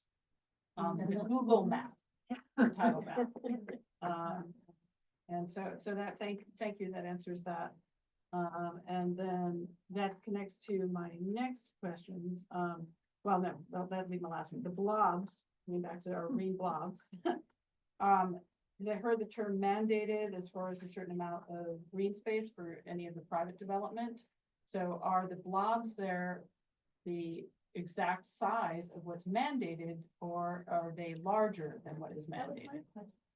So, Not to scale. They're not. yeah, they're not. I didn't ask I'm not talking about scale, I'm just asking, is it only what is mandated? So what's on the public sites No, that's about the public sites. but that's being delivered through the waterfront access plan requirements, so that's mandated through the WAP. But, like I was mentioning about the RD for 4402 Boulevard requires like a separate type of requirement, but still a requirement of waterfront public access space on that property. I understand that, but like, I'm just, part of where I'm going, that leads to my next question is, in the regrouping of public open green space, is any of this being considered as part of a give back? Or as part of the conversations with developers that are happening that are going to influence a simultaneous EIS, the scope? Can you? Say it again? Yeah, let's run this one again. So, just trying to like think ahead, because a lot of this is gonna come to us at the same time. Is that, the amount of public open green space, I will say personally, I'm very happy to see a big green blob on the last piece of public land there, and hopeful for that. But in organizing the green space so that we have some larger pieces, is some of that being in conversations considered, okay, you help us do this, then you get this. You get more height and you give us more open space. Like beyond the minimum requirements. This was the original. No, this- Yes, it blends into it. But I think this is. This, separate. it is. Let me Fanny, I'd like to speak. hear from DCP. No, let me speak. let me Fanny, speak I'm about it. sorry. Okay, We have to kind of take one conversation at a time. okay, but you didn't let me finish my conversation with her. You Yeah, jumped in. and I'm sorry, I That didn't, was not. I was what you about to said. recognize Sheila when you started talking. Okay, so I I'm have a trying to question, go I'm in. gonna I'm wait. just trying to run an organized meeting here, I'm sorry. Okay, So we are working with the stakeholders to, produce, We're stakeholders too. yes, absolutely. And trying to balance all. Yeah. I know you've heard this spiel before, but this is a tremendously difficult, sites along the waterfront. So as much as waterfront, that, or open space that we can, try to, design in, I think that'll be a pro for everybody. Yeah, it's just helpful to know what's being dangled as a carrot, because there's so many things that the neighborhood needs. And so if we are also, if we're equal stakeholders, which I think we are, since technically the dollar, which is the basis of our economic system, is all owned by us. So, you know, like, you know, so I just, knowing what's dangled is kind of helpful, Yeah. because we might have some different feelings about all the things that are being dangled. So we make sure we get green space in schools or bike, you know, like these things. so do you guys know if the blob is being leveraged? There's nothing about being leveraged, it's just more of like, how much more developable site do you have when you start to put open space? And so if you have less developable site, that means you have to be taller if you want affordable housing to be included in that. So it's not it's a design issue, it's not a carrot issue. Well, I just got a little of an answer, I think, because part of the original conversation was to put all of the deeply affordable housing on that site. And then in conversations, it's been, okay, but maybe we can incorporate some of the deeply affordable more into private development so that we keep that last piece of it. So it's an urban design issue where you just need to be able, you only have a certain size site. If you want open space, then you have less area that you can actually develop on. Then automatically it's taller, because that's the way the art works. You can't use the whole site to build out. And just, so, just one last question about this street, a new street. Is that street being created through eminent domain? Where it's not city property down, how is that being applied, or how will that be applied? It's not, no, it would be an easement, most likely, but I have to say that. We wouldn't I mean, I guess I'm really wondering how it costs to the city. I have to. It seems like a pretty major question. Well, I don't know in this case, you know, it's just on the site, but usually in most cases, even this one, because I have studied this. It's like particularly, but usually it's an easement to the city to build, where the ownership still stays on. That's, in my experience, that's what I've done. But I.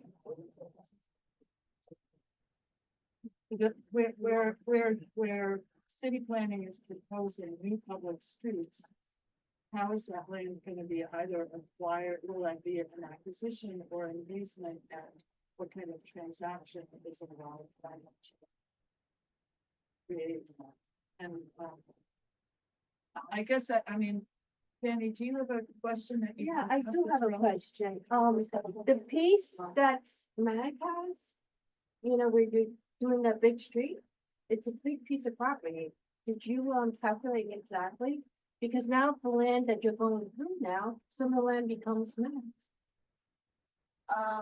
Which, I'm not sure. Oh, what you're between the referring to. DOE building, that big pond, and Okay. the Con Edison, which belongs to MAG now, So Con Edison is north of these actions. right? And you made a huge street, and, you know, there's, if you go to Property Hotel right now, there's a huge street, right? So there's lots of land now that's gonna become MAG, right? So are they gonna give us public spaces? I'm following what Yeah, you're saying. you got me, So right? the Okay. difference between the existing mapped prolongation of 44th Avenue and the loop street, the loop road that would be on the private property are essentially a 1-to-1 in terms of lot area. I think for calculation wise, right, to make this plan, right, it's all that, you know, secure, right?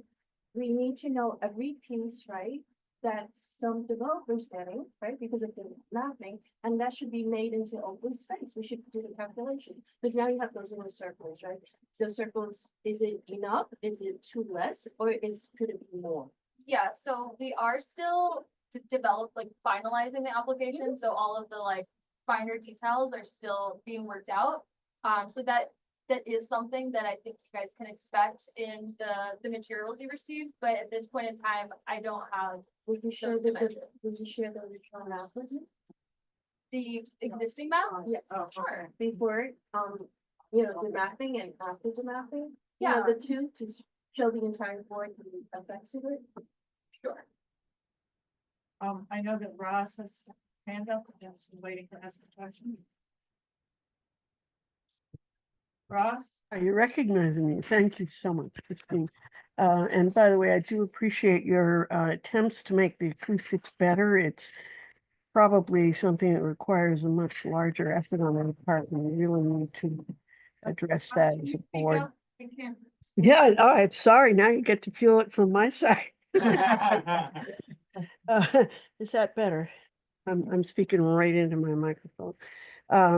Okay, so I wanted mainly to resonate to Laura's point about protected bike lanes and to also what Lisa was bringing up about the ADA access. And just to put a little scope on this, you know, my son who lives in a wheelchair now that he's been had his spinal cord injury, he used to work right down there at the City Lights building as a teacher. He was the music teacher.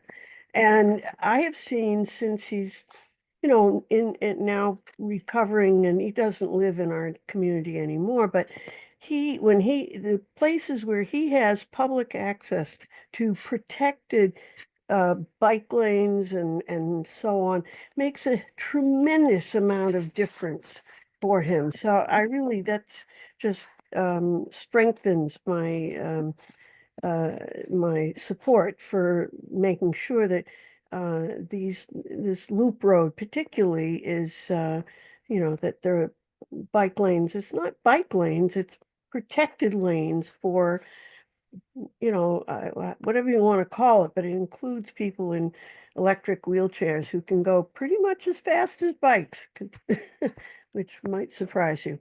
But anyway, thank you very much. It is a huge struggle to hear what everybody's saying. It would be nice if you had a mic and passed it around so the speaker, one person at a time, that might improve things. But anyway, thank you for this meeting. I appreciate it. Yes, Maureen. Yeah, I just have a quick administrative request. So for those of us who are color vision deficient, it can be very difficult, especially on screens without great resolution. To be able to tell between, I think they refer to as green and red bulb. I can't tell the difference between which are red and green. And then I think there were references to things being dark blue and light blue. Not easy to tell, but, and you all are by no means, alone in this. We've had lots of, folks, the folks before you that were showing their maps had, they said a red frame, I didn't see anything. So, yeah, and I'm happy offline to talk about suggestions for, one easy one is usually, anytime color is used to convey information, it's not the only way to convey information, whether it's through patterns or numbers or something like that. So that will be helpful. And especially when people watch it online later, sometimes online and stuff. And then, so I appreciate that. And then the only other thing I was gonna say, just to piggyback what Roz said, I don't know if maybe the technically or somebody can look at the office for something, a solution for the sound so that it's Small microphones that are on the table. I feel like they're pretty cheap. Obviously, I can't find them for you, but. We're just saying, like. We got plenty of. At least show you one. Yeah. I've been in, I have some conference room. They have them, When we these get the small ones owl that are thing. really good, and those are We expensive. can get a sign too, so A what? we can do a lot of things. Riley? Yeah, just quick questions from transportation. Can I just do one? Yeah. I really myself, that I didn't do that. We usually put our presentations through like a screener. Oh, that's nice. I appreciate that. I didn't do We'd that. like to do. Well, thank you. I appreciate that. Yeah, not just for me, yeah. Also, just one thing to clarify, all the blogs are just great. Okay, all right. I felt wanted to talk with Brad. Why not pass around mics like we do at the full board? Slides to the office and let. That'd be good, 'cause I can We'll barely fix see it it. before we circulate. Just the 4-week thing is hard because transportation committee is meeting on January 7th. And then the board meets 2 days later and then land use meets and then the board again. So we might miss our opportunity if we don't get this before then. So I'm not sure. Can't hear anything. What you mean? There's this- a 4-week review for the transportation committee. Oh, you're talking about the agency polling Yes, process. yeah. Okay. So I want to make sure that we're able. Would that go to both committees? It should, definitely. That, well, that's. We'd like to have a joint meeting. It would be land use and transportation. That's right, yeah, I wonder if everybody can, yeah, so. We were just talking about like, how to make sure the timing is right as well, so maybe we can work with you to figure out the right dates. Yeah, let's. Yeah, because there's a couple of transportation committee members here, we're three, Yeah. and we have a lot to talk about. Yeah, About sure. this stuff. I need a quick review of the area, is this all going to be residential developments, there's a lot of manufacturing, Yeah. there are lots of trucks, No, the IBC zone is going to be all different kinds of, it's just all mixed, Yeah. because, so with this new road, it's attached to places where there's a. excuse me, Fanny, that was a question for city planning. Oh, sorry. Oh, thank you, is that correct? Your question was, is it all residential? The answer is no. It'll be, I asked because there's. IBC stand. The IBC stand, but it's Yeah, so around. there's already a lot of like truck traffic and car traffic. Will that be on the loop road where everybody's kind of looking for more of a quiet 15-foot sidewalk, green space? But, the point that we've talked about before is that we need to figure out the right balance of truck traffic and pedestrian and bike safety through the IBC, so Yeah, 100%, I'm always 100%.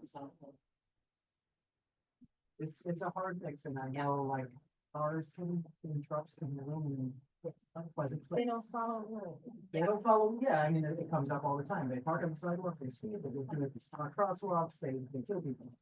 So if you're building a new road, let's make it a nice road. And if the intention is it's only going to be truck traffic, then that's easy, but it's going to be a place for people to live and walk and visit green space, then we have to make sure they cut that. And look, Yeah, we look forward to diving into that. yeah, so that's why like the transportation committee will have a lot to discuss on this. Yeah, I think that's it. Other people have discussed how important it is to, when, and these are the comments that I've made to the rest of the work, with the transportation committee. When you're planning a neighborhood from the ground up, you have an opportunity to build the road the right way, and we've discovered a whole new way of building roads that are very different from the 20th century road that's still. Like sidewalks and accessibility and what's that? Well, it's gonna be. Well, yeah, I hope not as many as you know. No, it's not, but. Let's it is- just leave it at that. I don't want to debate Vehicular it. traffic. I just want to clarify, so I'm telling everybody. Vehicular rather traffic than- is the number one killer tied with. It's okay, firearms I'm not, don't, in this let's not go, country. it's called Yeah. balance. It's not political, it's. It's called statistical. balance. Okay. But anyway. We built the roads the way we did in the 20th century, not the 21st century, and the DOT has Vision Zero and a whole new toolbox for building things, so we want to make sure when the new road gets built, that it's built the right way. Okay, Sheila, did you have anything else? No, that's it. Thank you. Thank you. So I, one of the notes I, because I had earlier, so, this comes back to what I mentioned about the partial sales. There were streets that went through their property that, and so either way, adding these streets back in, some of them were existing streets on maps, even though things, they were not actually built out. Who will be responsible for the cost of doing the build down? That was it. That's the Well, my question was really about the outland acquisition, but a related question is who's paying to build these Right, streets? because that gets into the carrot. Well, yeah. I mean, a related question is, on infrastructure, I mean, I know that the 5 billion in infrastructure just got added to the city of, yes. Is that money gonna be used here? Well, no, it's pretty much. There's a lot of things. Or just, I mean, I'm very confused about. Well, I'm still digesting it too. 5 billion to me was, you know, not something I knew all of the details of prior to the announcement. They just sort of made the deal, right? But I think it, let's bring back that question. Yeah, Okay, we'll have it down. I did this, so. Kind of follow up on the Riley research center, the loop road. Get a little confused because they all look like things to me. Maybe, can you just, Which one is It's the one. loop versus, Basically, go to number one, the slide with just number one on it, the waterfront. okay? So they, that's, that, okay, I see. The one that's going to be parallel with the waterfront path Oh. is the one we're talking about. Correct. So it's going to be the extension of Fifth Street up to 44th Avenue where it meets Verde Boulevard. Okay. Okay, so, they, again, this comes back, so the southern part of that is the loop. it isn't very. I don't clear. think it's different. Yeah, this is definitely just what we're calling it. Like, it's not Okay. like a, it's. Right, 'cause I'm like, oh, this looks like 3 loops into. We're basically trying to build out that network of streets instead of just having everything dead into the water or not even go to the water at all. Thank you. Okay, so the, coming back to what Riley brought up, and Lisa brought up is, vehicles, if DOE building ends up being a kind of, which a lot of hope it would be in the semi-industrial and community space, that will be a combination of vehicles coming in and out. Artisans need that. And also talking about safety, not only are many people hurt by crashes, et cetera, but many people, especially people disabled, are moved around in those vehicles that weren't able to be moved around 50 to 60 years ago. So I think it's important when we talk about who gets hurt by them, we also think about who's being helped by them. Stephanie, I just had a question on if, you guys had considered potentially making one of the roads, you know, still on the city map, making it a pedestrian. Yeah, I was wondering if you had thought potentially of making one of the accessibility roads into the waterway, maybe pedestrian only, like the way that we have open streets every once in a while, we have a big wide, you know, avenue where everyone can access it except for cars and bikeways and other things. That would be separate from the rest of the rest of the network of car traffic. Yeah, so will you go to the web now slide? So the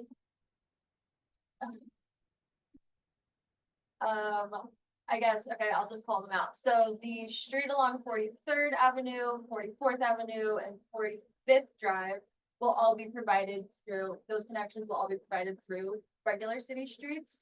But the upland connections, which are basically the remaining arrows that aren't those specific arrows, those are going to be upland connections, and those can be provided in kind of a number of ways. So on private sites, the developers have a bit of flexibility on how they intend to provide those connections.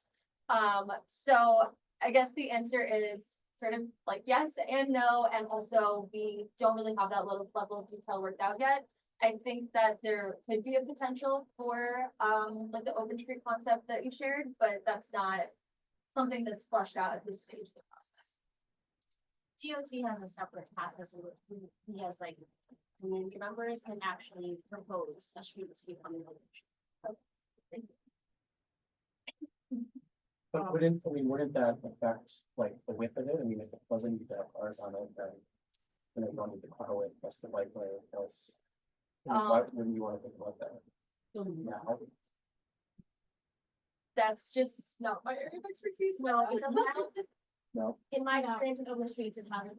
You would probably still want to, I mean, it's important access to the waterfront, so we still want to have that space. However, it's.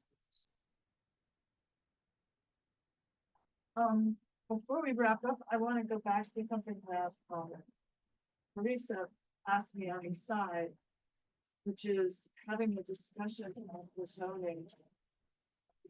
I had asked for a presentation to talk about zoning, which I would still like to do here, but what you're saying, you would also like to have it at a full board meeting, but more board members ask their questions. Is that right? Yeah, I think the more that our whole board is informed, the better we can come up with stronger recommendations that can actually be actioned with like the powers that we, you know. And also it gives a little bit more time for all of us to consider, because sometimes we have so much to discuss in our committees, like you guys go in here, and then we sort of like dump it on the full board, and then we have zero time for the whole board to understand it, let alone discuss it, so might that be something you guys could do on the night, or I know that we have to talk about the agenda. Right, so we reached out to DEP and with a specific request that they come and present on, and they gave us January 9th. But no, what is our board? Yes. Which to my regret, I'm gonna miss, because I'm really curious about that. And I hope you will all ask tough questions, because this is our chance. I mean, they have not been a very vocal presence, and it's, I think everybody really wants to know their analysis of what are the issues in Long Island City, what are they doing now? How do they, can they honestly say the impact of all this additional development would be? We want to hear from them.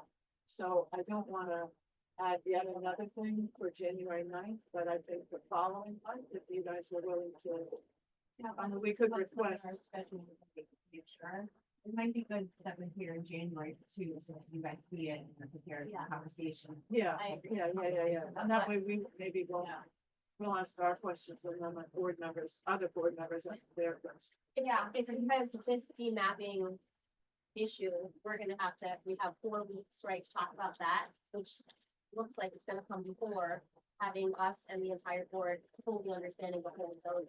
So it feels like we're going a little bit fast, like in the first order. Yeah, I think clarify, this mapping is not,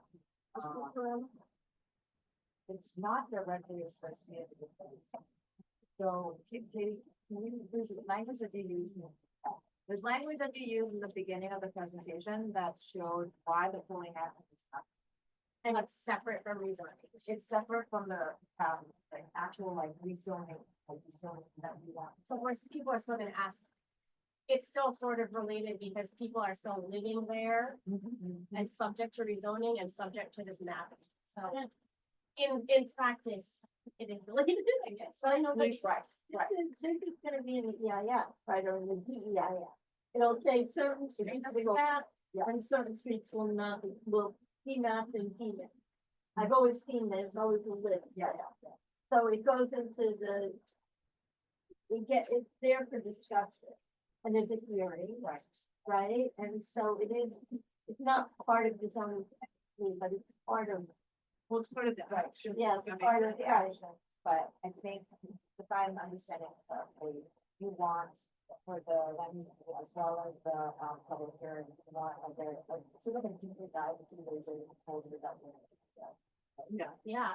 I think it'll inform how we understand this and what type of recommendations, you know, I get it, I'm just thinking about time. Right, exactly. Well, so if we're tied into January 9th for DEP already, yeah. And then the next full board meeting is February 6th. February 6th. So would we put that on the agenda for February 6th? For the fourth or for the? No, for the, For the zoning.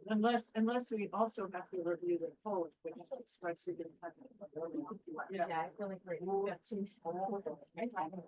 Well, then, hey, why don't you delay the, Well, then, well, no, I have my question first.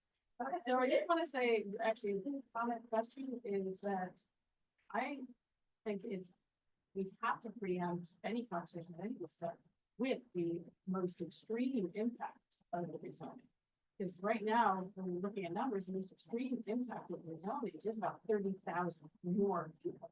Yeah. So it's hard to talk about the needs of the community, which includes the street widths and bicycle lanes and access for the disabled, schools and parks and art spaces without preempting with 30,000 more people on top of all the building that's going on. And what hasn't been, that's right.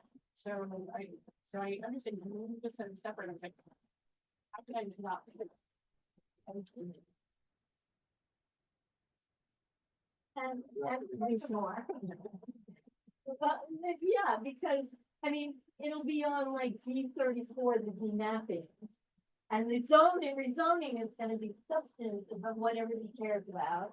And this mapping is like, we're gonna talk about it here because we care deeply, but it's really the larger rezoning presentation where you're at now, you know, to go to the board.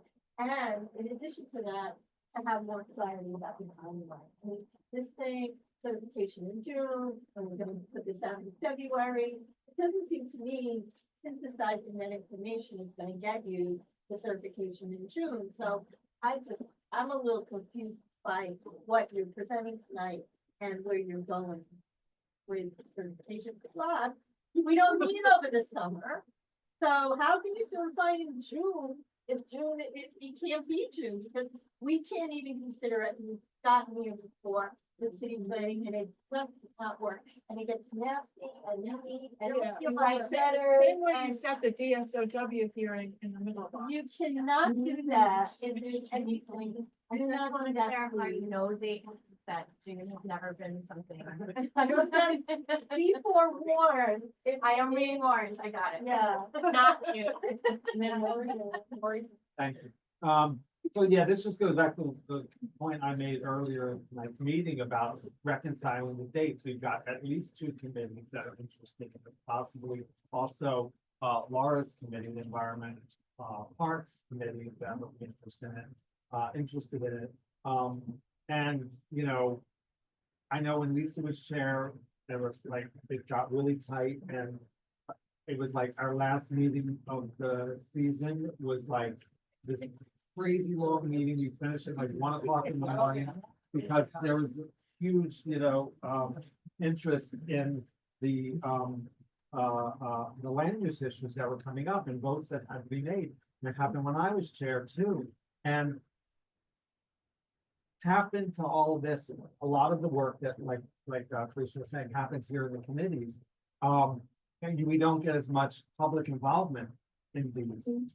And so ultimately what winds up happening is we then have something that comes to the full board and we have a time constraint on how long we can be in that room. And then we have a public hearing and then the public is all up in arms and says, why didn't we ever hear about this? Why don't we have more time to talk about this? Don't ram this through.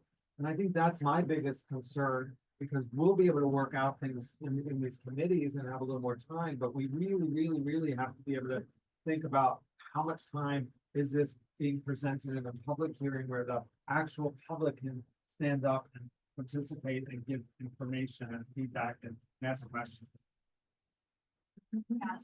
To that point, if maybe one of the many sessions that we had been a town hall style, might be less needed, but like I have neighbors who are like, I went there and I wrote stuff on stickies, but I have no idea, like they know what I think, but they don't know what everybody, like nobody. None of us knows what we're actually talking about. Like, we're like, all the meetings so far, the public meetings have been, you know, we give our feedback, but we are yet to know how that's gonna be synthesized and included in what the actual plan is. And what's happened in the past is we get dragged through all of these community meetings and very little of our input gets included in what actually happens. You know, I have a little bit more faith with this process because y'all are showing up and, you know, our council member is, you know, leading these series, but maybe one of the future meetings can actually be like, here's a draft plan of the actual zoning with all of your feedback up to date, you know, like, is that a possibility or is? And some of what we're saying is, actually, we care about you. Let's move this. Hey, Jeff, so I just want to say, we're saying this because we care about you. Because just think about it that way, like, we want you not to be subject to our wrath. Very excited that was coming. That's on Sheila.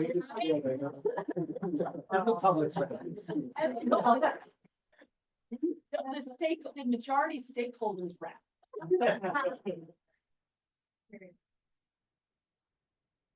look at that was, way back about the letter of the consultation, on the, sorry, we'll be back, to you guys, and I'll plan that we, Katie, like the, when you get the actual release of the polling, so that there's enough time as required for, both committees to.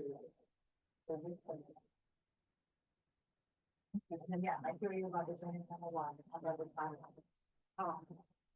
Hey, one last question for Roz. On one of your slides, you said, legible access to the waterfront. What is the word legible? I used to do this one. Legible means that it's, if you're coming to an area, you've never been there before, you can kind of just figure out how to go to the waterfront. So sort of like design that makes it inviting through design. It's like obvious.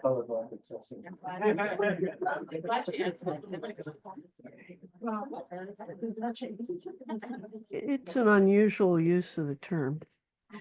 It's a planning I thing. think it's a planning term. Like, we generally Okay.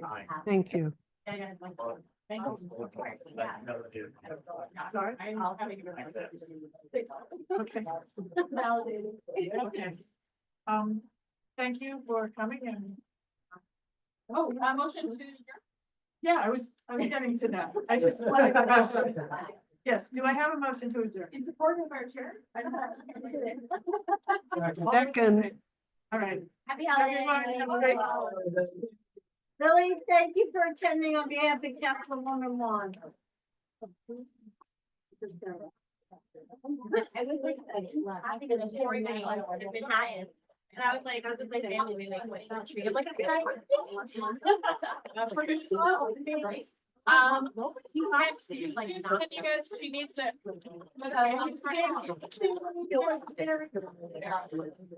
Yeah.